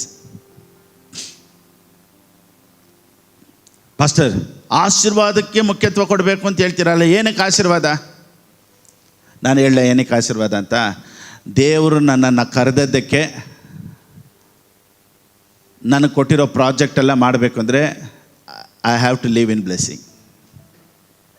ದೇವ್ರ ಸೇವೆನ, ದೇವ್ರು ನನಗೆ ಕೊಟ್ಟಿರುವಂಥ ಸೇವೆನ ನಾನು ಚೆನ್ನಾಗಿ ಮಾಡಬೇಕು ಅಂದರೆ ನನಗೇನು ಬೇಕು? ಆಶೀರ್ವಾದ. ಇಲ್ಲೇ ಏನ್ರಿ ಸೇವೆ ಮಾಡ್ತೀರಾ? ಕೆಲವರು ಇದಕ್ಕೆ ಎಗೇನ್ಸ್ಟಾಗೆ ಕುಂತಿರ್ತಾರೆ, ಕ್ರೈಸ್ತರೇ ಎಗೇನ್ಸ್ಟಾಗಿ ಕುಂತಿರ್ತಾರೆ. ಇದು ಮುಖ್ಯ ಅಲ್ಲ ಪಾಸ್ಟರ್, ಇದು ಮುಖ್ಯ ಅಲ್ಲ. ನಾನೇನು ಹೇಳ್ತೀನಿ ಅಂದರೆ, ದೇವ್ರು ಕೊಟ್ಟಿರುವಂಥ ಸೇವೆ ಇವಾಗ ಏನು ಬೇಡಪ್ಪ. ದೇವ್ರ ವಾಕ್ಯ ನಡೀತೆ, ಲೋಕವೆಲ್ಲ ಹೋಗಿ ಏನು ಮಾಡಿ? ಲೋಕಕ್ಕೆಲ್ಲ ಹೆಂಗೆ ಹೋಗ್ತೀರಾ? ಇಲ್ಲ, ನಡ್ಕೊಂಡೇ ಹೋಗ್ತೀನಿ ಪಾಸ್ಟರ್. ಈ ಸಿಂಪಲ್ ಟ್ರೂತನ್ನು ಅರ್ಥ ಆಗಲ್ಲ ನೋಡಿ. ಲೋಕವೆಲ್ಲ ಹೋಗಿ ಅಂತ ಹೇಳಿದ್ರು, ಲೋಕಕ್ಕೆಲ್ಲ ಹೆಂಗಪ್ಪ ಹೋಗ್ತೀಯ ನೀನು? ಇವಾಗ ನೋಡಿ, ನಾವು ಇರೋ ಕಡೆ ಇರೋ ಜಾಗದಿಂದನೇ ನಾವು ಕುವೈಟಲ್ಲಿ, ಸಿಂಗಪೂರು, ಮಲೇಷಿಯಾ, US, ಎಲ್ಲ ಕಡೆ, ಲಂಡನ್, ಎಲ್ಲ ಕಡೆ ಹೋಗುತ್ತೆ. ಯಾವುದು? ಈ ಮೈಕು, ಈ ಕ್ಯಾಮ್ರಾ, ಈ ಇಂಟರ್ನೆಟ್ಟು, ಲೋಕವೆಲ್ಲ ಹೋಗ್ತೈತಾ? ಇದು ಸಾಲಲ್ಲ, ಇನ್ನೂ ಮಾಡ್ತಾಯಿದ್ದೀವಿ. ಇವಾಗ ಇದೆಲ್ಲ ಹೋಗಿ ಸಾರಬೇಕು, ಇದೆಲ್ಲ ಹೋಗಿ ಜನ ರೀಚ್ ಆಗಬೇಕು. ನೋಡಿ, ಇಲ್ಲಿ ಕುಂತ್ಕೊಂಡು ದುಬೈಯಲ್ಲಿರೋರು, ಕುವೈಟಲ್ಲಿರೋರು ಹೇಳ್ತಾರೆ, ಪಾಸ್ಟರ್ ನಿಮ್ಮ ಮೆಸೇಜಿಂದ ನಾವು ಆಶೀರ್ವಾದವಾಗಿದ್ದೀವಿ ಪಾಸ್ಟರ್, ಇವತ್ತು ಚೆನ್ನಾಗಿದ್ದೀವಿ ಪಾಸ್ಟರ್, ಇವತ್ತು ನಮ್ಮ ಫ್ಯಾಮ್ಲಿ ಚೆನ್ನಾಗಿದೆ. ಎಷ್ಟು ಚೆನ್ನಾಗಿ ರಿಸಲ್ಟ್ ಡೈಲಿ ನೋಡ್ತಾ ಇರ್ತೀವಿ ನಾವು. ಇದೆಲ್ಲ ಹೆಂಗಪ್ಪ ಮಾಡ್ತೀರಾ ದುಡ್ಡಿಲ್ಲದೆ? ಇವತ್ತಿಗೆ ಇದಕ್ಕೆ ಕ್ಯಾಮ್ರಾ ಬೇಕು, ಇದಕ್ಕೆ ಸ್ಪೀಕರ್ಸ್ ಬೇಕು, ಇದಕ್ಕೆ ಮೈಕ್ ಬೇಕು, ಇಂಟರ್ನೆಟ್ ಬೇಕು. ಇದೆಲ್ಲ ಹೆಂಗೆ ಮಾಡ್ತೀರಾ ನೋಡಿ? ಲೋಕವೆಲ್ಲ ಇರೋ ಜಾಗದಿಂದನೇ ಹೋಗ್ತಾ ಇದ್ದೀವಿ. Praise the lord. ಇದಲ್ಲ, ಇನ್ನೂ ಅನೇಕ ಕ್ಯಾಮ್ರಾಗಳನ್ನ ನಾವು ತೊಗೊಳ್ತೀವಿ ಯೇಸು ನಾಮದಲ್ಲಿ. ಆಮೇಲೆ ಇನ್ನು ಲೋಕಕ್ಕೆಲ್ಲ ನಾವು ದೇವ್ರ ಸ್ವಾರ್ಥನೇ ಸಾರ್ತೀವಿ. ಸೊ ದೇವ್ರು ಕೊಟ್ಟಿದ್ದ ಪ್ರಾಜೆಕ್ಟ್ನ ನೆರವೇರಿಸ್ಬೇಕು ಅಂದರೆ we need money, we need prosperity. ನೀವು ಚೆನ್ನಾಗಿರಬೇಕು. ನಾನೇನು ಹೇಳಕ್ಕೆ ಬರ್ತಾಯಿದ್ದೀನಿ ಅಂದರೆ, ಇಡೀ ಬೈಬಲಲ್ಲೇ ದೇವರು ನನ್ನನ್ನು ನಿಮ್ಮನ್ನು ಆಶೀರ್ವದಿಸಬೇಕು ಅನ್ನೋದೇ ದೇವರ ಚಿತ್ತ. ಸೊ ಆಶೀರ್ವಾದ ಯಾವ ರೀತಿ ಬರುತ್ತೆ ಅನ್ನೋದಕ್ಕೆ ನಾನು ಇವಾಗ ಹೇಳ್ತಾ ಇದ್ದೀನಿ ನೋಡಿ. ಆಶೀರ್ವಾದ ಆಗಲಿ, ಆರೋಗ್ಯವಾಗಲಿ, ಹೆಲ್ತ್ ಆಗಲಿ, ವೆಲ್ತ್ ಆಗಲಿ, ಜಾಯ್ ಆಗಲಿ, ಪೀಸ್ ಆಗಲಿ, ಯಾವುದೇ ಆಗಲಿ, ಸಮಾಧಾನ, ಸಂತೋಷ, ಆರೋಗ್ಯ, ಆಶೀರ್ವಾದ ಎಲ್ಲನೂ ನಮ್ಮ ಜೀವಿತದಲ್ಲಿ ಬರಬೇಕು ಅಂದರೆ ಆಶೀರ್ವಾದದ ವಾಕ್ಯ, ಆರೋಗ್ಯದ ವಾಕ್ಯ ಎತ್ತಿ ನಮ್ಮ ಒಳಗಡೆ ಇಟ್ಕೊಬೇಕು. ಆಮೇನ್. ನಮ್ಮ ಹೃದಯ ನೆಲ ಇದ್ದಂಗೆ, ಗ್ರೌಂಡ್. ಸೊ ಸತ್ಯವೇದ ಏನು ಹೇಳುತ್ತೆ? ವಾಕ್ಯ ಅನ್ನೋದು ಬೀಜ. ಇದು ಯಾವ ರೀತಿ ಬೀಜ? 1 ಪೇತ್ರನಿಗೆ ಬರೆದ ಪುಸ್ತಕ 1ನೇ ಅಧ್ಯಾಯ 23ನೇ ವಾಕ್ಯ. The book of 1 Peter chapter 1 verse 23. ಈ ವಾಕ್ಯ, ನಾನು ಮಾತಾಡ್ತಾ ಇರೋ ವಾಕ್ಯ ನಾಶವಾಗದ ಬೀಜ. ಎಲ್ಲರೂ ಹೇಳಿ, ನಾನು ಮಾತಾಡ್ತಾ ಇರೋ ವಾಕ್ಯ. ಸೊ ನಾನು ಮಾತಾಡಿದ್ರೆ ಇದು ಕೆಲಸ ಮಾಡಲೇಬೇಕು. Praise the lord. ಮತ್ತು ಯಾಕೆ ಪಾಸ್ಟರ್ ಕೆಲಸ ಮಾಡಿಲ್ಲ? ಸೊ ಬೀಜದ ಪ್ರಾಬ್ಲಮ್ ಅಲ್ಲ, ಅದು ನೆಲದ ಪ್ರಾಬ್ಲಮ್. ಅದಕ್ಕೆ ಇವಾಗ ಬನ್ನಿ, ನಿಮ್ಗೆ ಅರ್ಥ ಆಯಿತು ಅನಿಸುತ್ತೆ. ಮಾರ್ಕನಿಗೆ ಬರೆದ ಪುಸ್ತಕ 4ನೇ ಅಧ್ಯಾಯಕ್ಕೆ ತಿರ್ಗಿ ಹೋಗೋಣ. 15. ಇವರೇ ವಾಕ್ಯವು ಬಿತ್ತಲ್ಪಟ್ಟ ದಾರಿಯ ಮಗ್ಗುಲಾಗಿರುವರು. There are 4 types of grounds. 4 ವಿಧವಾದ ನೆಲಗಳು ಉಂಟು. ಅದನ್ನೇ ನಾವು ಇವಾಗ ನೋಡಬೇಕು. ಇವಾಗ ಈ ರೀತಿ ಎಕ್ಸ್ಪ್ಲೈನ್ ಮಾಡ್ತೀನಿ ನೋಡಿ. ಈ ಬೀಜನ ಯಾವ ರೀತಿ ಹಾಕ್ತಾಯಿದ್ರು, ಒಂದು ಬ್ಯಾಗಲ್ಲಿ ಒಂದು ಮೂಟೆಯಲ್ಲಿ ಹಾಕ್ಕೊಂಡು ಎಲ್ಲ ಕಡೆನೂ ಎಸೆಯೋರು. ಆ ಬೀಜನ ಎತ್ಕೊಂಡು ಆ ಸೀಡ್ಸ್ನ ಎಲ್ಲ ಕಡೆ ಹಿಂಗೆ ಹಾಕೋರು. ಅದು ಎಲ್ಲೆಲ್ಲೆಲ್ಲ ಹೋಗಿ ಬೀಳುತ್ತೋ ಅಲ್ಲೆಲ್ಲ ಕೆಲಸ ಮಾಡೋದು. ಒಂದೊಂದು ಬೀಜನೂ ವೇ ಸೈಡ್ ಅಂದರೆ ನಡೆದು ಅದು ದಾರಿ ಬಂದ್ಬಿಟ್ಟು ಅದು ಮಣ್ಣು ಬಂದ್ಬಿಟ್ಟು ಗಟ್ಟಿಯಾಗಿಬಿಟ್ಟಿರ್ತೈತೆ. ಆ ಗಟ್ಟಿಯಾದ ಮಣ್ಣು ಮೇಲೆ ಬಿದ್ದಾಗ ಆ ಬೀಜ ಒಳಕ್ಕೆ ಹೋಗೋದಿಲ್ಲ. ಆವಾಗ ಏನು ಮಾಡುತ್ತೆ, ಈ ಬರ್ಡ್ಸ್ ಬರುತ್ತಲ್ವ, ಈ ಹಕ್ಕಿಗಳು ಬಂದು ಆ ಸೀಡನ್ನ ಎತ್ತಿ ತಿಂದುಬಿಡುತ್ತೆ. ಅದು ಕೆಲಸ ಮಾಡಲ್ಲ. ಸೊ ಮೇಲೆ ಇರೋದು ವೇ ಸೈಡ್ ಅನ್ನೋದಕ್ಕೆ ಅರ್ಥ ಏನು ಗೊತ್ತಾ, ದೋಸ್ ಹೂ ಡೋಂಟ್ ಅಂಡರ್ಸ್ಟ್ಯಾಂಡ್. ಇದನ್ನು ಎಕ್ಸ್ಪ್ಲನೇಷನ್ ಎಲ್ಲಿ ಕೊಟ್ಟಿದ್ದಾರೆ ನೋಡಿ. ಇವತ್ತು ನಾನು ಪ್ರಸಂಗ ಮಾಡ್ತಾಯಿಲ್ಲ, ಸ್ವಲ್ಪ ಟೀಚಿಂಗ್ ಮಾಡ್ತಾಯಿದ್ದೀನಿ. ಟೀಚಿಂಗ್ ಅಂದರೆ ಸ್ವಲ್ಪ ಎದ್ದಿರಬೇಕು, ಓಕೆ. ಪ್ರೀಚಿಂಗ್ ಅಂದರೆ ಹೆಂಗೆ ಗೊತ್ತಾ, ಪ್ರೀಚಿಂಗ್ ಅಂದರೆ ಫೈರ್, ದೇವ್ರು ನಿನ್ನ ಆಶ್ರಯಿಸ್ತಾರೆ, ಭಯಪಡಬೇಡ ಅಂದಲ್ಲ, ನೀವು ಎಚ್ಚರವಾಗಿರ್ತೀರ. ಟೀಚಿಂಗ್ ಅಂದರೆ ಸ್ವಲ್ಪ ಡೀಪಾಗಿ ಹೋಗ್ಬೇಕು, ಅವಾಗ ಸ್ವಲ್ಪ ಹಂಗೆ ಹೋಗ್ತಾ ಇರ್ತೈತೆ. ಸೊ ಎರಡು ವ್ಯತ್ಯಾಸನ ತಿಳ್ಕೊಬೇಕು, pastors and teachers. Pastors and ಟೀಚರ್ಸ್ಗೆ ಡಿಫ್ರೆನ್ಸ್ ಏನು ಗೊತ್ತಾ, pastors proclaims, teachers explains. Okay. So proclaim ಮಾಡ್ತಾ ಇರ್ತಾರೆ ಪಾಸ್ಟರ್ಸು, ಆದರೆ ಟೀಚರ್ಸ್ ಹೆಂಗೆ ಗೊತ್ತಾ, ಒಂದೊಂದು ಹಿಡ್ಕೊಂಡು ಎಕ್ಸ್ಪ್ಲೈನ್ ಮಾಡ್ತಾ ಇರ್ತಾರೆ, ಇದು ಹಿಂಗೆ ಅಂತ. ಆ ಕೆಲಸ ಇವತ್ತು ನಾನು ಮಾಡ್ತಾಯಿದ್ದೀನಿ, ಓಕೆ. ಸೊ ಈ ವೇ ಸೈಡ್ ಅಂದರೆ ಹೆಂಗೆ ಗೊತ್ತಾ, ಮೇಲೆ ಬಿದ್ದಿದ ತಕ್ಷಣವೇ ಎತ್ಕೊಂಡು ಹೋಗ್ಬಿಡ್ತಾನಲ್ವ ಸೈತಾನನು. ಅಂದರೆ ಏನು ಅರ್ಥ ಗೊತ್ತಾ, ಈ ಬೀಜ ಮೇಲೆ ಆ ನೆಲದ ಮೇಲೆ ಅಂದರೆ ಆ ಮಣ್ಣು ಗಟ್ಟಿಯಾಗಿರೋದ್ರಿಂದ ಆ ಬೀಜ ಒಳಕ್ಕೆ ಹೋಗೋಕ್ಕೆ ಜಾಗ ಇಲ್ಲ ನೋಡಿ. ಅಲ್ಲಿ ಹಕ್ಕಿಗಳು ಏನು ಮಾಡಿಬಿಡುತ್ತೆ, ಆ ಬೀಜನ ಎತ್ಕೊಂಡು ಹೋಗ್ಬಿಡುತ್ತೆ. ಅದೇ ಇದರ ಅರ್ಥ, ಓಕೆ. ಇದರ ಎಕ್ಸ್ಪ್ಲನೇಷನ್ ಎಲ್ಲಿ ಕೊಡ್ತಾರೆ ಅಂದರೆ ನೋಡಿ, 4 ಪುಸ್ತಕ ಇರ್ತೈತೆ, ಮತ್ತಾಯ, ಮಾರ್ಕ್, ಲೂಕ, ಯೋಹಾನ.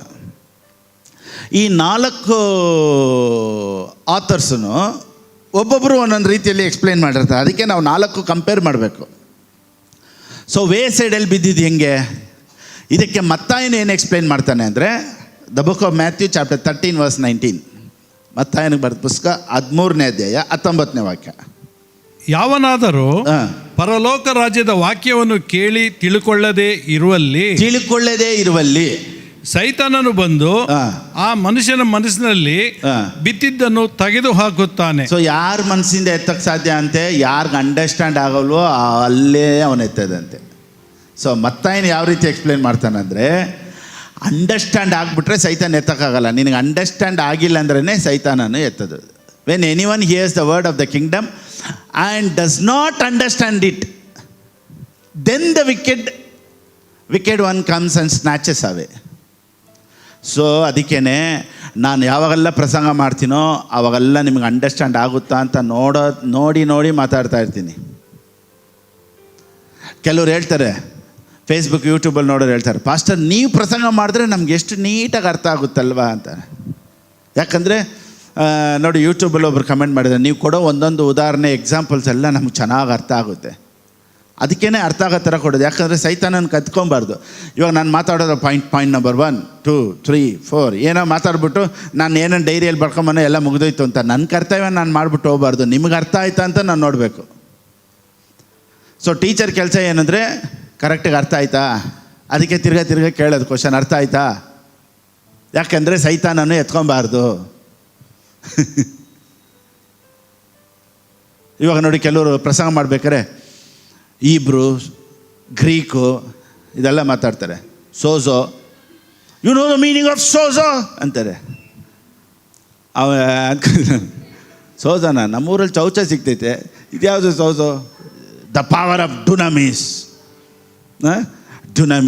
ಸೋಜೋ, ಇನ್ನೂ ಏನೇನೋ ಗ್ರೀಕು, ಈಬ್ರೂಸು, ಇದು ವರ್ಡೆಲ್ಲ ಎತ್ಕೊಂಬರ್ತಾರೆ ನೋಡಿ. ಡೈನಾಮೈಟ್, ಡುನಾಮಿಸ್ ಅಂತ ಇದೆಲ್ಲ ಹೇಳ್ತಾಯಿದ್ರೆ ಅವರು. ಡುನಾಮಿಸಾ?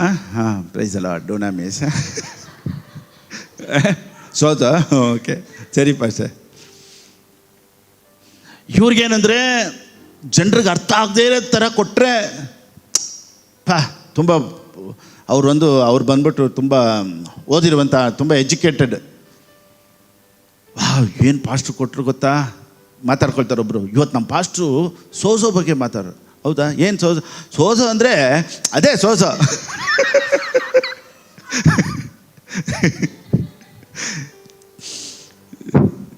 ವಿಶ್ವಾಸಿಗಳನ್ನ ಹೋಗಿ ಕೇಳಿ ನೋಡಿ, ಫಾಸ್ಟ್ ಏನು ಇವತ್ತು ಪ್ರಸಂಗ ಕೊಟ್ಟರು?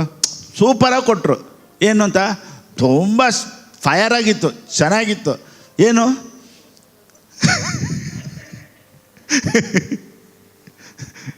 ಏನೋ ಕೊಟ್ಟರು, ಆದರೆ ತುಂಬ ಚೆನ್ನಾಗಿತ್ತು. ಏನು ತಲೆಗೆ ಹೋಗಿಲ್ಲ. ಅದಕ್ಕೆ ನಾವು ನೋಡಿ ಇಲ್ಲಿ ಗ್ರೀಕು, ಹೀಬ್ರು ಇದೆಲ್ಲ ಮಾತಾಡಲ್ಲ. ನಾನು ತಿರ್ಗಾ ಮತ್ತೆ ಅರ್ಥ ಆಗೋ ಥರ ಯಾಕೆ ಹೇಳ್ತೀನಿ ಅಂದರೆ, ಚಿಕ್ಕ ಮಕ್ಕಳಿಂದ ಹಿಡಿದು ದೊಡ್ಡವ್ರವರೆಗೂ ನಾನು ಮಾತಾಡೋದು ಅರ್ಥ ಆಗಬೇಕು. ಯಾಕೆ ಗೊತ್ತಾ? ನಾನು ನಿಮ್ಗೆ ಎಷ್ಟು ಅರ್ಥ ಮಾಡಿಸ್ತೀನೋ ಅದರಲ್ಲೇ ನಿಮ್ಮ ಆಶೀರ್ವಾದನೇ ಇರೋದು. Praise the lord. ಅದಕ್ಕೆ ನಿದ್ದೆ ಮಾಡೋ ಥರ ಪ್ರಸಂಗಗಳು ಕೊಡಲ್ಲ ನಾನು. ಕೆಲವರು ಚರ್ಚಲ್ಲಿ ನೋಡಿ ಹಂಗೆ ಮಲ್ಕೊಂಡಿರ್ತಾರೆ ಆರಾಮಾಗೆ, ಚೆನ್ನಾಗಿ ವರ್ಷಿಪೆಲ್ಲ ಮಾಡಿರ್ತಾರೆ, ಕೈಯೆಲ್ಲ ತಟ್ತಾರೆ. ಪ್ರಸಂಗದ ಟೈಮಲ್ಲಿ ಆಗಲೇ ಎಲ್ಲ ಹೊಲ್ಟೋಯ್ತು, ನಿನ್ನ ಪ್ಯಾಕೇಜ್ ಸಹಿತ ಎತ್ಕೊಂಡು ಹೋಗಿ ಆಯಿತು. ಯಾಕಂದರೆ ನಿನಗೇನು ಅರ್ಥ ಇಲ್ಲ. ಅದಕ್ಕೆ ಚರ್ಚಿಗೆ ಬಂದರೆ ಅಲರ್ಟಾಗಿ ಅದಕ್ಕೇ ನೋಡಿ, ಫಸ್ಟ್ ಪ್ರಸಂಗ ಮಾಡೋಕ್ಕಿಂತ ಮುಂಚೆ ವರ್ಷಿಪ್ ಲೀಡ್ರ್ ಹತ್ರ ಕೊಟ್ಬಿಡ್ತಾರೆ. ಯಾಕಂದ್ರೆ ನಿದ್ದೆಯಲ್ಲಿ ಬರೋರು ಜಂಪ್, ಒಂದು ಸತಿ 3 ಸತಿ ಎಲ್ಲ ಕೈ ಎತ್ತಿ ಕೈ ತಟ್ಟಿ ಇದನ್ನೆಲ್ಲ ಮಾಡಿಸ್ಬಿಟ್ಟು ನಿದ್ದೆ ಓಡಿಸ್ಬಿಟ್ಟ ಮೇಲೆ ಪ್ರಸಂಗ ಮಾಡಬೇಕು.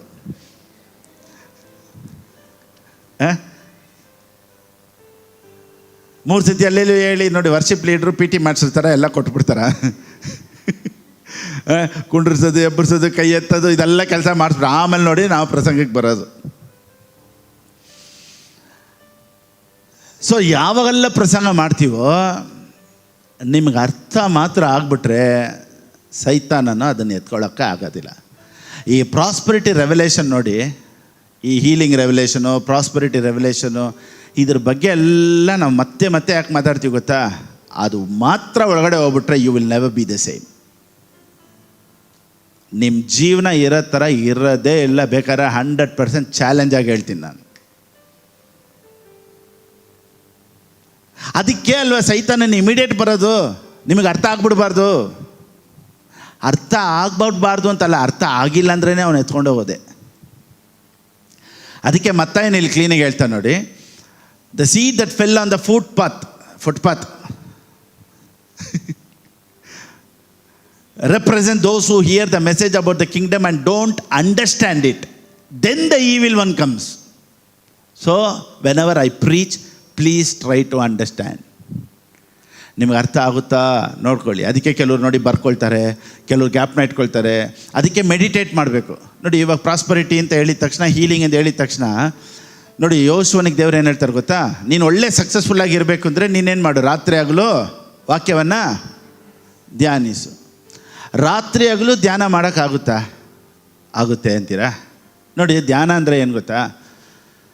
ಆದಿಕಾಂಡ ಬರೆದ ಪುಸ್ತಕ 12ನೇ ಅಧ್ಯಾಯ 1ನೇ ವಾಕ್ಯ,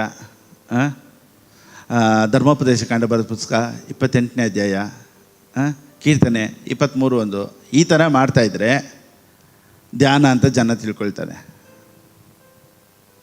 ನೀವು ಇದನ್ನು ಮಾಡೋಕ್ಕಾಗುತ್ತಾ? ರಾತ್ರಿ ಆಗಲೂ ಸರಿ, ಓಕೆ, ರಾತ್ರಿ ಬಿಡಿ ಮಾಡ್ಬೋದು. ಹಗಲೊತ್ತು ಕೆಲ್ಸಕ್ಕೆ ಹೋಗ್ತೀರಾ, ಆಫೀಸಲ್ಲಿ ಇರ್ತೀರಾ. ಧರ್ಮೋಪದೇಶ ಕಾಂಡ 28ನೇ ಅಧ್ಯಾಯ 1ನೇ ವಾಕ್ಯ, ಆದಿಕಾಂಡ. ಅವನು ಇಡ್ತಾನೆ ಕೆಲಸದಲ್ಲಿ, ಏನಮ್ಮ ನಿನಗೆ ಹುಚ್ಚಿಡ್ದೈತೆ, ಹೋಗಿ ಆಚೆ ಅಂತಾನೆ. ಸರಿ ಹೋಗಲಿ, ಇವ್ರು ಬಿಡಿ, ಮೆಡಿಟೇಟ್ ಮಾಡೋರು ಇದು ಹೋಗಲಿ. ಕಾಲ್ ಸೆಂಟ್ರಲ್ಲಿ ಕೆಲಸ ಮಾಡ್ತಾರೆ ಅಂತ ಹೇಳ್ತೀವಿ. ಇವರು ಕಾಲ್ಸ್ ಮಾಡಬೇಕು, ಹೊರ ದೇಶಕ್ಕೆ ಕಾಲ್ಸ್ ಮಾಡ್ತಾಯಿದ್ದಾರೆ. ಡ್ಯೂಟನಮಿ 28 ಇದೆಲ್ಲ ಗ್ಯಾಪ್ನ ಇಟ್ಕೊಂಡು ಇವ್ರು ಏನು ಕಾಲ್ಸ್ ಮಾಡ್ತಾರೆ. ಸೊ ಧ್ಯಾನ ಅಂದರೆ ಏನು? ಧ್ಯಾನ ಅಂದರೆ ಎಲ್ಲ ವಾಕ್ಯನ ಇಟ್ಟು ಧ್ಯಾನ ಮಾಡೋದಲ್ಲ. ನಾನು ಚೆನ್ನಾಗಿರ್ತೀನಿ, ನಾನು ಆರೋಗ್ಯವಾಗಿರ್ತೀನಿ. ನೀವು ಎದ್ದರೆ ಕುಂತ್ರೆ ಹೆಂಗೆ ಯೋಚನೆ ಮಾಡಬೇಕು ಅಂದರೆ, ನನ್ನ ಲೈಫ್ ಚೆನ್ನಾಗಿರುತ್ತೆ, ನಾನು ಆಶೀರ್ವಾದವಾಗಿರ್ತೀನಿ, ನಾನು ಸಂತೋಷವಾಗಿರ್ತೀನಿ. ಇದು ಮೈಂಡಲ್ಲಿ ನಿಮಗೆ ಬೇರೂರಿ ನಿಂತ್ಕೊಂಡ್ಬಿಡ್ಬೇಕು. ಇದೇ ಧ್ಯಾನ ಅನ್ನೋದು.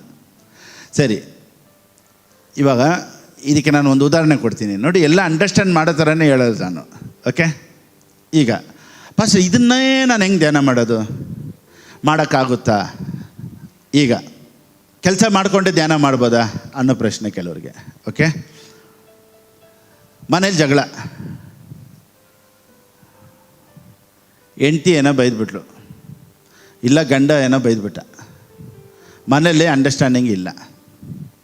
ಕೆಲ್ಸಕ್ಕೆ ಹೋಗ್ತೀರಾ ಇಲ್ವಾ? ಕೆಲ್ಸಕ್ಕೆ ಹೋಗಿ ಕಾಲ್ಸ್ ಮಾಡ್ತೀರಾ, ಗಂಡ ಬೈದಿದ್ದು ಅಥವಾ ಹೆಂಡತಿ ಬೈದಿದ್ದು ಮರ್ತು ಬಿಡ್ತೀರಾ? ಎಲ್ಲಿ ಏನಿರುತ್ತೆ ಆ ಯೋಚನೆಯಲ್ಲಿ, ಸಬ್ಕಾನ್ಷಿಯಸಲ್ಲಿ ಇರುತ್ತೆ, ಆದರೆ ಎಲ್ಲ ಕೆಲಸನೂ ಮಾಡಿರ್ತೀವಿ. ಸೊ 8 hours ಜಾಬ್ ಮುಗಿಸಿರ್ತೀವಿ, ಆದರೆ ಈ ಜಗಳನೇ ಛೇ ಮನೇಲಿ ಜಗಳ ಹೋಯ್ತಲ್ಲ, ನಮ್ಮ ಗಂಡ ಹಿಂಗೆ ಬೈದ್ಬಿಟ್ನಲ್ಲ, ಇವಳು ಹಿಂಗೆ ಅಂದ್ಬಿಟ್ಲಲ್ಲ, ಮಕ್ಕಳೇನೋ ಹೇಳ್ಬಿಡ್ತಾರೆ. ನೋಡಿ, ಏನಾದರೂ ಒಂದು ಪ್ರಾಬ್ಲಮ್ ಮನಸ್ಸೊಳಗಡೆ ಇರುತ್ತೆ, ಆದರೆ ಎಲ್ಲ ಕೆಲಸನೂ ಮಾಡಿ ಮುಗಿಸಿರ್ತೀವಿ. ಬಸ್ಸಲ್ಲಿ ಹತ್ತಬೇಕಾದ್ರೂ ಬಸ್ಸಲ್ಲಿ ಹತ್ತಿರ್ತೀವಿ, ಆದರೆ ಇದೇ ಯೋಚನೆಯಲ್ಲಿ ನಿಂತಿರ್ತೀವಿ. ಇದೇ ಧ್ಯಾನ.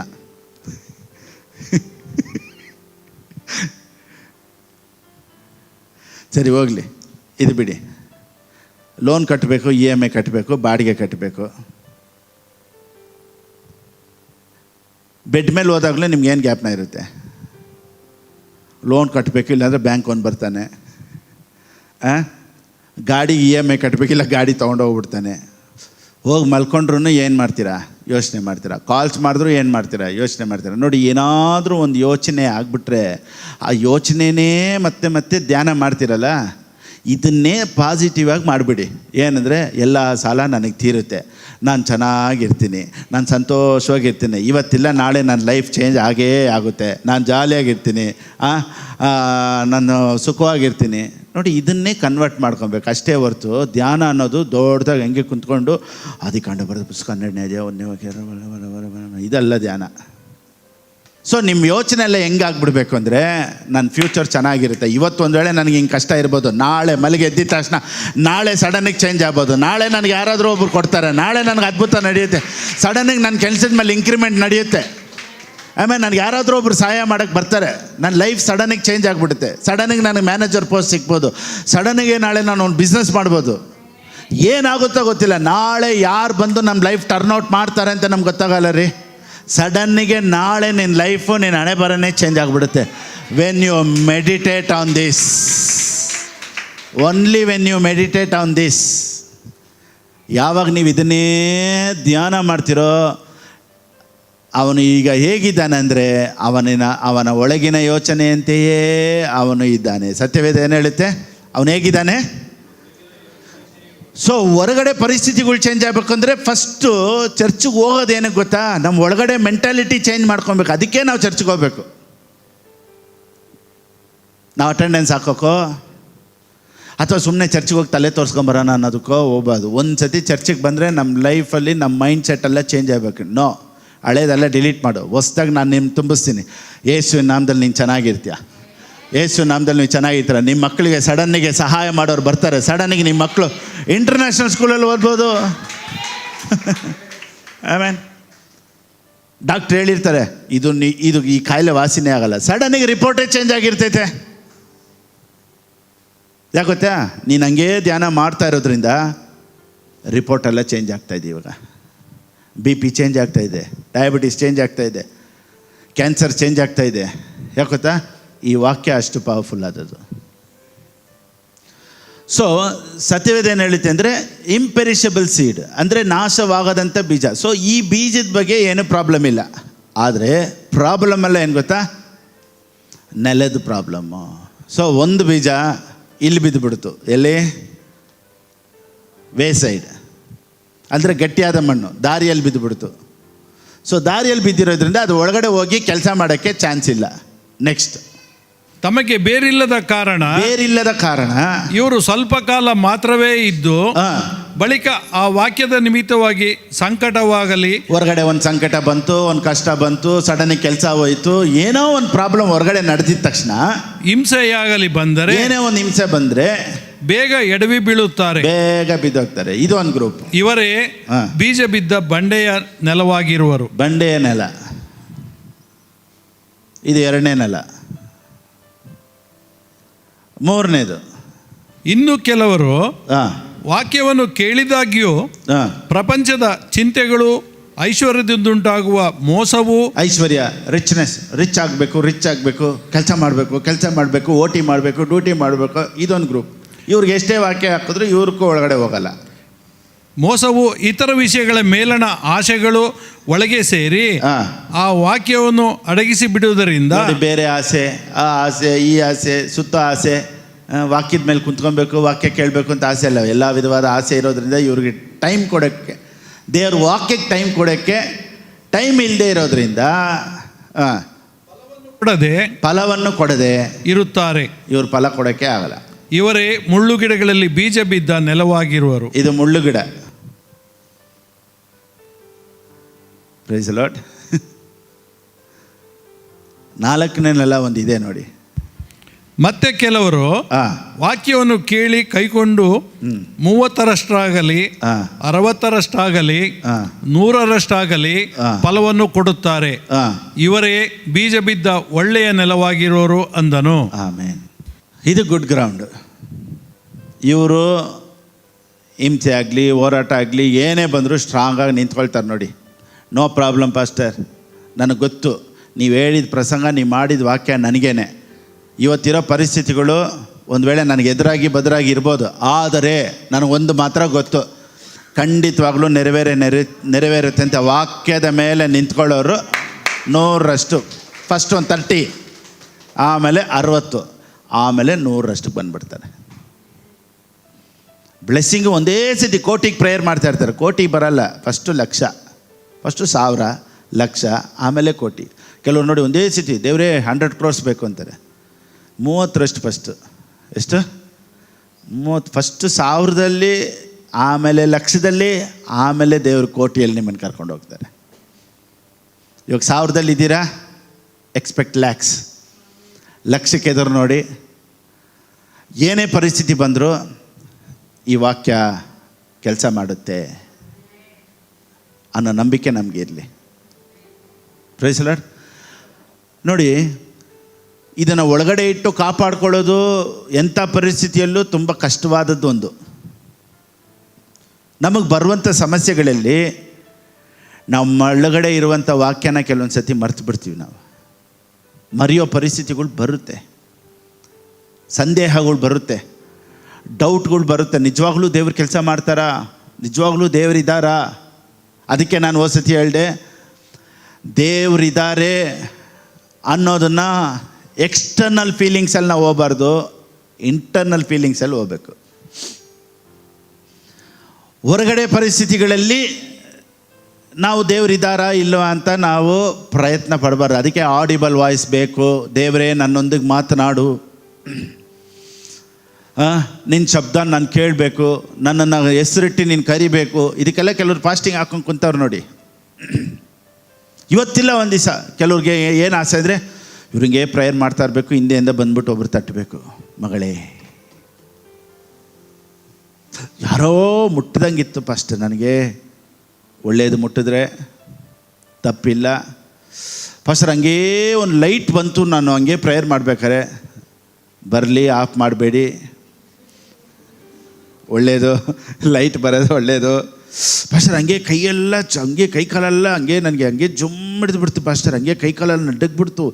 ಪವಿತ್ರಾತ್ಮನ ಬಂದಾಗ ಒಳ್ಳೆಯದು, ಹಿಂಗೆ ನಡ್ಕೊಂಡೆ ಕೆಲ್ಸಕ್ಕೆ ಹೋಗಬೇಡಿ, ಸ್ವಲ್ಪ ಸುಧಾರಿಸ್ಕೊಳ್ಳಿ.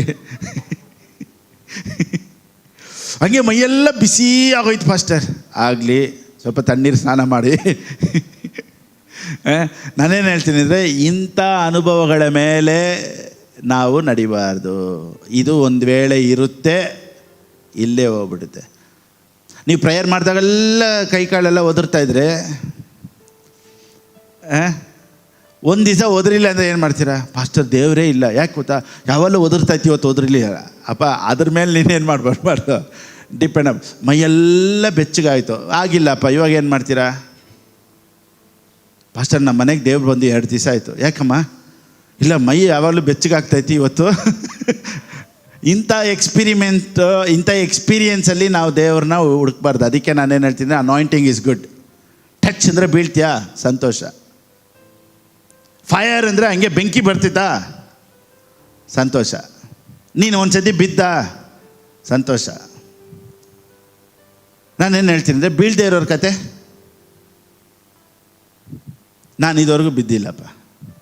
ನನ್ನ ಅನುಭವದಲ್ಲಿ ನಾನು ಇದುವರೆಗೂ ಬಿದ್ದೇ ಇಲ್ಲ. ಈಗ ಏನು ಮಾಡೋಣ?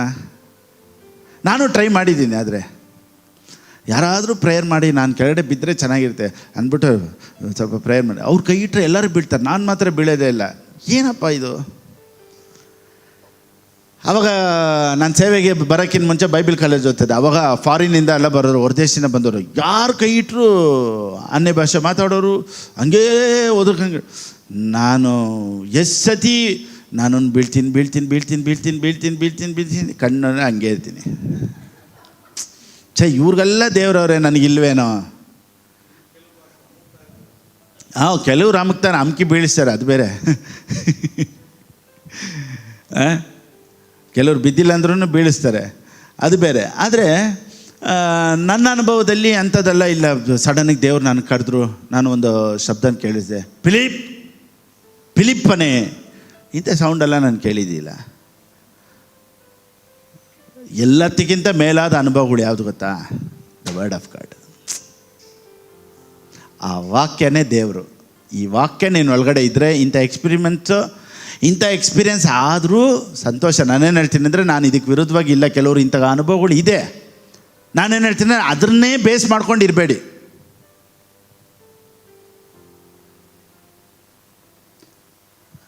ವಾಕ್ಯದಲ್ಲೇ ನಿಲ್ಲಬೇಕು. ಎಂತೆಂಥ ದೊಡ್ಡ ದೊಡ್ಡ ಸೇವಕರು ಸಹ ಒಂದೊಂದು ಸತಿ ಎಕ್ಸ್ಪೀರಿಯನ್ಸಲ್ಲಿ ಹೋಗಿ ಅದು ತಿರಾಗ ನಡೀದೇ ಇದ್ದಾಗ ದೇ ವೇರ್ ಇನ್ ಡಿಪ್ರೆಷನ್. ನೋಡಿ, ಎಲಿಯಾ ಅಂತವ್ರೆ ದೇವ್ರ ಶಬ್ದನ ಕೇಳಿದವರು, ಬೆಂಕಿನ ಬರ್ಸಿದವರು, ಲಾಸ್ಟಿಗೆ ಸತ್ತೋಗ್ಬಿಟ್ರೆ ಚೆನ್ನಾಗಿರ್ತೈತೆ ಅಂತ ಡಿಪ್ರೆಷನ್ಗೆ ಹೋಗ್ಬಿಟ್ರು.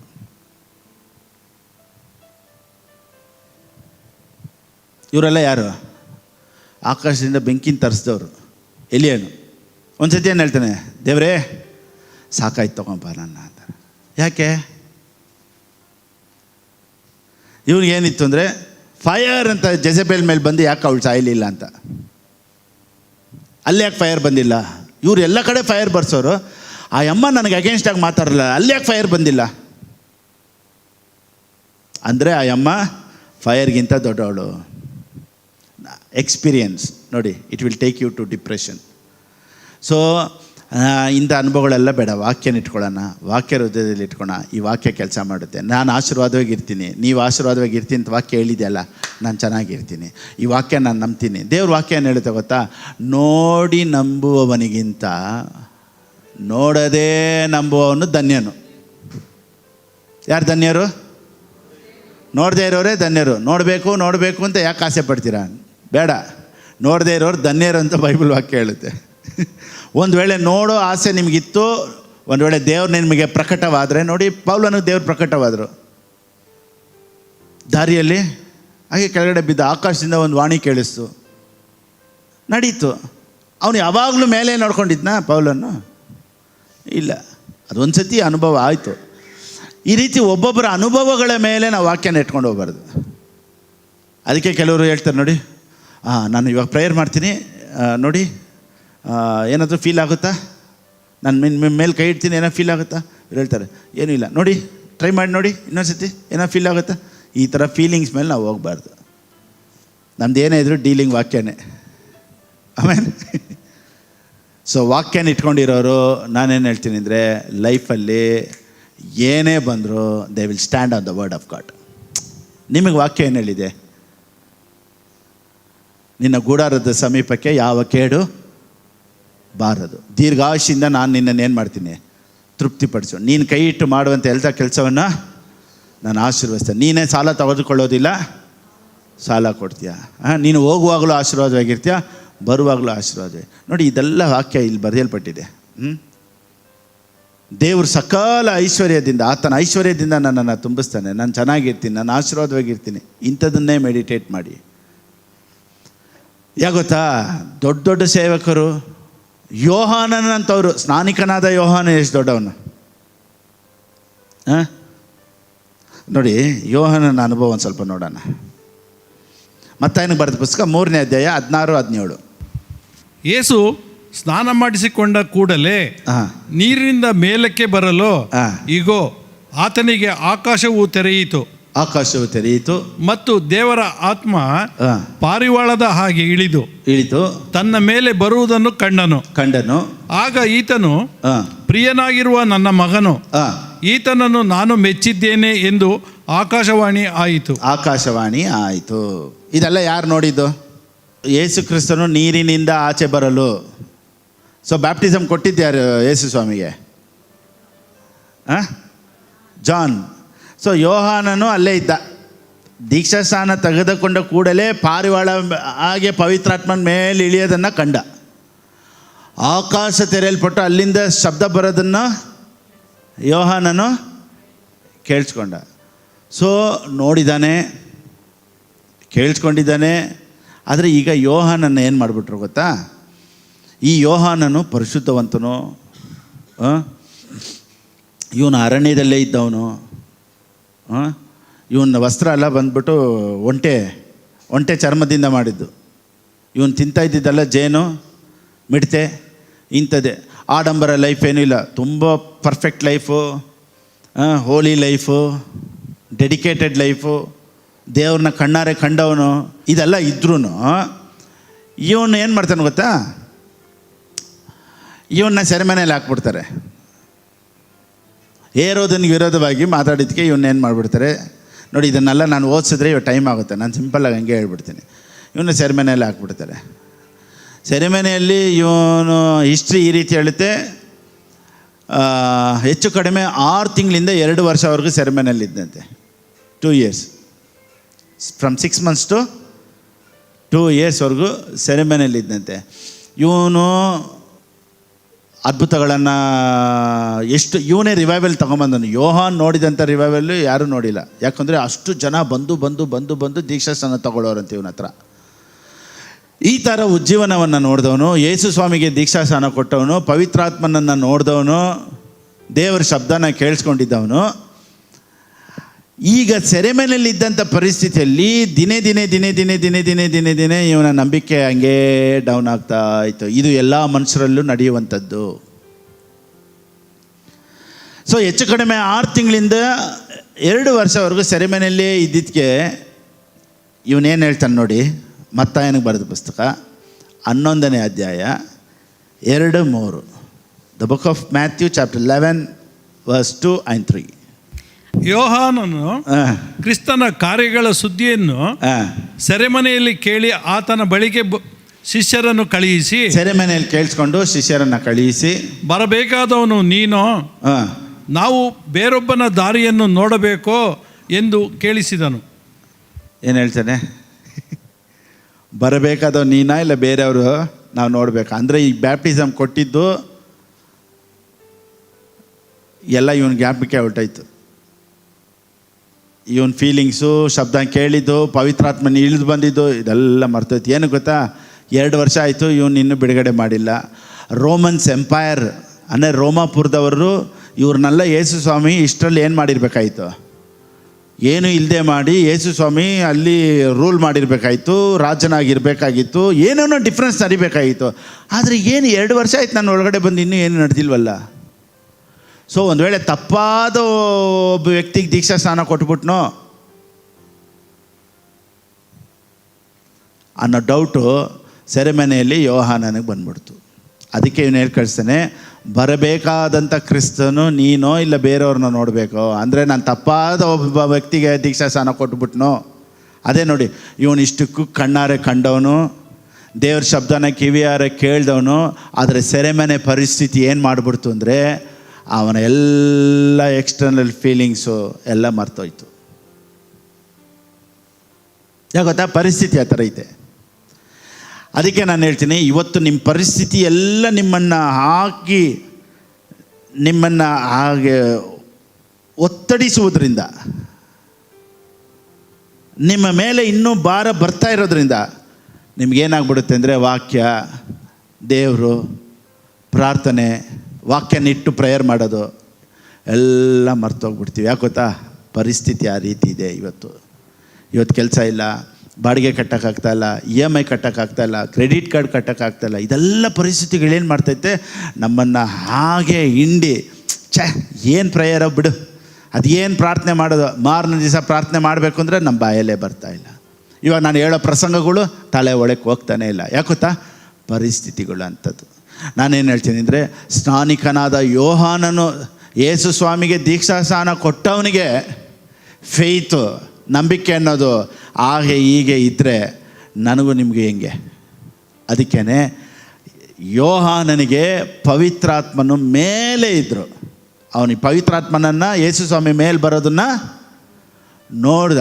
ಆದರೆ ಯೋಹಾನನಿಗಿಂತ ಶ್ರೇಷ್ಠರು ಅಂತ ಸತ್ಯವೇದ ಹೇಳುತ್ತೆ. ಯೋಹಾನನಿಗಿಂತ ದೊಡ್ಡವರಂತೆ ನಾನು ನೀವು. ಯಾಕೆ ಗೊತ್ತಾ? ನಾವು ಪವಿತ್ರಾತ್ಮನನ್ನು ಮೇಲೆ ನೋಡೋರಲ್ಲ, ಪವಿತ್ರಾತ್ಮನನ್ನು ಒಳಗಡೆ ಇಟ್ಟಿರೋರು. ಅದಕ್ಕೆ ಯೋಹಾನನಿಗಿಂತ ಮೇಲಾದವ್ರು ನಾವು. ಯಾವಾಗೆಲ್ಲ ನಾವು ಹಾಗೇ ಫೇತಲ್ಲಿ ಕೆಳಗಡೆ ಬರ್ತೀವೋ ನೋಡಿ, ನಾವು ನಮ್ಮ ನಂಬಿಕೆನ ಬಂದ್ಬಿಟ್ಟು ಯಾವ ರೀತಿ ಅಂದರೆ, ನಮ್ಮ ನಂಬಿಕೆನ ಕಳ್ಕೊಳ್ಳೋದು ಅನ್ಬಿಲೀಫ್ ಅನ್ನೋದು ಬಂದ್ಬಿಟ್ಟು ಗ್ರಾವಿಟೇಷ್ನಲ್ ಫೋರ್ಸ್ ಇದ್ದಂಗೆ. ಗ್ರಾವಿಟೇಷ್ನಲ್ ಫೋರ್ಸ್ ಅಂದರೆ ಗುರುತ್ವಾಕರ್ಷಣ ಅಂತ, ರೈಟ್? ಓಕೆ. ಇವಾಗ ಒಂದು ವಸ್ತುನ ಹಾಕ್ತೀವಿ ಅಂದರೆ ಅದು ಹೇಗೆ ಹಂಗೆ ಕೆಳಗಡೆ ಬರುತ್ತೋ, ಕ್ರೈಸ್ತರ ನಂಬಿಕೆಗಳು ಸಹ ಕೆಲವೊಂದು ಸಮಯ ಪರಿಸ್ಥಿತಿಗಳ ಮುಖಾಂತರ ಹಾಗೆ ಗ್ರಾವಿಟೇಷ್ನಲ್ ಫೋರ್ಸ್ ಇದ್ದಂಗೆ ಆಗಾಗೆ ಕೆಳಗಡೆ ಬರುತ್ತೆ. ಆದರೆ ನಮ್ಮೊಳಗಡೆ ಇರುವಂಥ ಪವಿತ್ರಾತ್ಮನನ್ನು ಇಟ್ಟು, ವಾಕ್ಯನ ಇಟ್ಟು ನಾವು ಡೈಲಿ ಏನು ಮಾಡಬೇಕು ಅಂದರೆ ಅದನ್ನು ಮೇಲಕ್ಕೆ ತರುವಂಥ ಪ್ರಯತ್ನದಲ್ಲಿ ನಾವು ಇದ್ದೀವಿ. ಇವಾಗ ಹೆಂಗೆ ಅಂದರೆ, ಈಗ ಫ್ಲೈಟ್ ಕೆಳಗಡೆ ಇದೆ, ಆದರೆ ಎಲ್ಲ ವಾಹನಗಳು ಕೆಳಗಡೆ ಇದೆ. ಫ್ಲೈಟ್ ಮಾತ್ರ ಹೇಗೆ ಮೇಲೆ ಹೋಗೋದಕ್ಕೆ ಏರೋಡೈನಮಿಕ್ ಪವರ್ ಇದೆಯೋ, ಈ ಗ್ರಾವಿಟೇಷ್ನಲ್ ಫೋರ್ಸ್ಗಿಂತ ಮೇಲೆ ಹೋಗೋದಕ್ಕೆ ಅದರಲ್ಲಿ ಹೇಗೆ ಇಂಜಿನ್ ಇದೆಯೋ, ಅದೇ ರೀತಿ ನಮ್ಮೊಳಗಡೆ ಹೋಲಿ ಸ್ಪಿರಿಟ್ ಅನ್ನೋ ಇಂಜಿನ್ ಇದೆ. ನಾವೇನು ಮಾಡ್ಬೋದು ಅಂದರೆ ಎಲ್ಲ ಹಿಂಗೋಗ್ಬೋದು, ನಾವು ಮಾತ್ರ ಹಿಂಗೋಗೋದಕ್ಕೆ ಪವಿತ್ರಾತ್ಮ ನಮಗೆ ಬಲ ಕೊಡ್ತಾರೆ. ಸೊ ವಾಕ್ಯನ ಇಟ್ಟು ಇಟ್ಟು ಇಟ್ಟು ಇಟ್ಟು ಇವಾಗ ನೋಡಿ, ಹೆಲಿಕಾಪ್ಟರ್ ಇದೆ. ಹೆಲಿಕಾಪ್ಟರ್ ಇಂಜಿನು ಅದರ ಫ್ಯಾನು ಏನು ಮಾಡುತ್ತೆ? ಅದನ್ನು ನಿಂತಿರೋ ಜಾಗದಲ್ಲೇ ಹಾಗೇ ಮೇಲೆ ಕೆತ್ತೋ ಒಂದು ಪವರ್ ಅದರೊಳಗೆ ಇದೆ ಅಲ್ವಾ? ಈಗ ಅದು ಫ್ಯಾನ್ ಓಡಿಲ್ಲ ಅಥವಾ ಇಂಜಿನ್ ಸ್ಟಾರ್ಟ್ ಆಗಿಲ್ಲ ಅಂದರೆ ಅದು ಮೇಲಕ್ಕೆ ಹೋಗೋದಿಲ್ಲ ಅಲ್ವಾ? ಅದೇ ರೀತಿಯೇ ನಮ್ಮೊಳಗಡೆ ವಾಕ್ಯ ಅನ್ನೋದನ್ನು ಇಟ್ಕೊಂಡು ನಾವು ಡೈಲಿ ಏನು ಮಾಡಬೇಕು? ಮೇಲಕ್ಕೆ ಹೋಗೋ ಅನುಭವದಲ್ಲಿ ನಾವು ಬರಬೇಕು. ಸೊ ವಾಕ್ಯ ಅನ್ನೋದು ಗ್ರಾವಿಟೇಷ್ನಲ್ ಫೋರ್ಸ್ಗಿಂತ ನಮ್ಮನ್ನು ಮೇಲಕ್ಕೆ ಎತ್ತುವಂಥದ್ದಾಗಿದೆ. ಡೈಲಿ ಡೈಲಿ ಡೈಲಿ ನಾವು ವಾಕ್ಯನ ಇಟ್ಟಾಗ ಕೆಳಗಡೆ ಹೋಗುವಂಥ ಪರಿಸ್ಥಿತಿಯಲ್ಲೂ ನಾವು ಮೇಲೆ ಹೋಗೋದಕ್ಕೆ ಸಾಧ್ಯ. ಇದು ಯಾವುದು ಮಾಡೋದು ಅಂದರೆ ವಾಕ್ಯನೇ ಮಾಡೋದು. ಸೊ ಈ ವರ್ಡ್ ಆಫ್ ಗಾಡ್ ನಿಮ್ಮೊಳಗಡೆ ಇದ್ದಾಗ ಖಂಡಿತವಾಗ್ಲೂ ನೀವು ಕೆಳಗಡೆ ಇರೋದಿಲ್ಲ, ಮೇಲೆ ಖಂಡಿತವಾಗಿ ಹೋಗ್ತೀರಾ. ಸೊ ಅದಕ್ಕೆ ಟೈಮು, ಅದಕ್ಕೆ ಸಮಯ ವಾಕ್ಯಕ್ಕೆ ಮುಖ್ಯತ್ವ ಕೊಡಿ. ಕೆಲವರು ಈ ರೀತಿ ಹೇಳ್ಬಿಡ್ತಾರೆ, ವಾಕ್ಯ ಪ್ರಸಂಗ ಅಲ್ಲ, ಎರಡನೇದು ಫಸ್ಟು ವರ್ಷಿಪ್ ಮಾಡಿ, ಫಸ್ಟು ಪ್ರೇಯರ್ ಮಾಡಿ. ನಾನೇನು ಹೇಳ್ತೀನಿ ಅಂದರೆ, ವರ್ಷಿಪ್ಪು ಪ್ರೇಯರು ಎಲ್ಲದಕ್ಕಿಂತ ಮೇಲೆ ವಾಕ್ಯ ರೆವಲೇಷನ್ ಇರಬೇಕು. ಈ ವಾಕ್ಯದ ಮುಖಾಂತರನೇ ಆರಾಧನೆ ಬರಬೇಕು. ಈ ವಾಕ್ಯದ ಮುಖಾಂತರನೇ ನಿಮಗೆ ಪ್ರಾರ್ಥನೆ ಬರಬೇಕು. ವಾಕ್ಯನೇ ನಿಮಗೆ ಪ್ರಾರ್ಥನೆ ಆಗಬೇಕೇ ಹೊರತು, ವಾಕ್ಯ ಇಲ್ಲದೆ ನೀವು ಪ್ರೇಯರ್ ಮಾಡ್ತಾಯಿದ್ದೀನಿ ಅಂದರೆ ಸುಮ್ಮನೆ ಟೈಮ್ ಪಾಸ್ ಆಗ್ತಾಯಿದೆ ಹೊರತು ಪ್ರಾರ್ಥನೆಗೆ ಉತ್ತರ ಸಿಗೋದಿಲ್ಲ. ಅದಕ್ಕೆ spend more time in the word of god. So ವಾಕ್ಯಕ್ಕೆ ಬೆಲೆ ಕೊಡಿ, ವಾಕ್ಯಕ್ಕೆ ಮುಖ್ಯತ್ವ ಕೊಡಿ. ಡೈಲಿ ಮೆಸೇಜ್ ಕೇಳಿ, ಸಭೆಗೆ ವಾಕ್ಯ ಕೇಳೋದಕ್ಕೆ ಫಸ್ಟ್ ಬನ್ನಿ. ಸೊ ನಮಗೆ ಎಷ್ಟೇ ಕೆಲಸಗಳಿದ್ರೂ ಫಸ್ಟ್ ಪ್ರಿಫರೆನ್ಸು, ಮುಖ್ಯತ್ವ ಇವತ್ತು ನಾನು ವಾಕ್ಯಕ್ಕೆ ಕೊಡಬೇಕು ಅನ್ನೋದು ಕ್ರೈಸ್ತರಿಗೆ ಫಸ್ಟ್ ಸ್ಥಾನದಲ್ಲಿ ಇರಲಿ. Praise the lord. ಎದ್ದಿದ ತಕ್ಷಣ ವಾಕ್ಯನ ಕೇಳೋದು, ವಾಕ್ಯನ ಮಾತನಾಡೋದು, ವಾಕ್ಯದಲ್ಲಿ ಪ್ರೇಯರ್ ಮಾಡೋದು, ಈ ವಾಕ್ಯ ಅನ್ನೋದು ನಿಮ್ಮ ಮೈಂಡ್ ಒಳಗಡೆ ತುಂಬಿಸ್ತಾ ಇರಿ. ಇದು ಒಂದಿನ ಇಲ್ಲ ಒಂದಿನ ನಿಮ್ಮ ಜೀವನನೇ ಚೇಂಜ್ ಮಾಡುತ್ತೆ. Praise the lord. ನಾನು ನೋಡ್ತಾ ಇರೋರಿಗೂ ಸಹ ನಾನು ಅದನ್ನೇ ಹೇಳೋದು, ಇವತ್ತೊಂದು ವೇಳೆ ನಿಮ್ಮ ಪರಿಸ್ಥಿತಿಗಳು ಮೋಸವಾಗಿಯೋ ಅಥವಾ ನಿಮ್ಮ ಪರಿಸ್ಥಿತಿಗಳು ನೀವು ಎದುರು ನೋಡದೇ ಇರುವಂಥದ್ದಾಗಿರ್ಬೋದು. ಆದರೆ ಈ ವಾಕ್ಯನ ಕೇಳಿ, ವಾಕ್ಯನ ಧ್ಯಾನಿಸಿ, ವಾಕ್ಯನ ಓದಿ. ಪಾಸ್ಟರ್ ನನಗೆ ಒಂದು ವೇಳೆ ಓದೋಕ್ಕೆ ಬರ್ತಾಯಿಲ್ಲ ಪಾಸ್ಟರ್, ನನಗೆ ಓದು ಬರ ಏನೂ ಇಲ್ಲ ಅಂದರು, ನನ್ನ ಪ್ರಸಂಗನ ಕೇಳಿ, ದಿನೇ ದಿನೇ ಮತ್ತೆ ಮತ್ತೆ ಕೇಳಿ. ನಾನೇನು ಹೇಳ್ತೀನಿ ಅಂದರೆ, ಇದನ್ನು ನೀವು ಕಂಟಿನ್ಯೂ ಆಗಿ ಮಾಡಿ. ಈ ಬ್ಯಾಂಬೂ ಟ್ರೀ, ಈ ಬಂಬು ಮರ ಹೇಗೆ 4 ವರ್ಷ ಹಿಡಿತ ಒಳಗಡೆ ಕೆಲಸ ಮಾಡೋದಕ್ಕೆ 3 ತಿಂಗಳಲ್ಲಿ ಹೇಗೆ 18 ಅಡಿ ಬೆಳೀತೋ, ಅದೇ ರೀತಿ ನೀವು ಕೇಳ್ತಾ ಇರುವಂಥ ಸಮಯ ಒಂದು ದಿನ ಬರುತ್ತೆ, ಸಡನ್ನಾಗಿ ನೀವು ಬೆಳೆಯೋ ಟೈಮ್ ಬರುತ್ತೆ. No one can stop you. God bless. ಆಮೇಲೆ ಇದು ಕೊಡುವಂಥ ಸಮಯ. ಒಂದು ವೇಳೆ ಆನ್ಲೈನಲ್ಲಿ ನೋಡ್ತಾ ಇರೋರು, ಪಾಸ್ಟರ್ ದೇವ್ರಿಗಾಗಿ, ದೇವ್ರ ರಾಜ್ಯಕ್ಕಾಗಿ ನಾನು ಕೊಡಬೇಕು ಅಂತ ಇದ್ದರೆ ಸ್ಕ್ರೀನಲ್ಲಿ ಹೇಗೆ ಕೊಡಬೇಕು ಅಂತ ಇದೆ, ನೀವು ಕೊಡ್ಬೋದು. ಸಂತೋಷವಾಗಿ ಕೊಡಿ. ಇದೆಲ್ಲ ಬಂದ್ಬಿಟ್ಟು ಇನ್ವೆಸ್ಟಿಂಗ್ ಟೈಮ್. ಯಾವತ್ತು ಪ್ರಿಪ್ರೇಷನ್ ಟೈಮು, ಇನ್ವೆಸ್ಟಿಂಗ್ ಟೈಮು ಯಾವತ್ತೂ ಲೈಫಲ್ಲಿ ವೇಸ್ಟ್ ಆಗೋದೇ ಇಲ್ಲ. ಐ ಮೀನ್ ದೇವ್ರು ನಿಮ್ಮನ್ನು ಆಶೀರ್ವದಿಸಲಿ. God bless.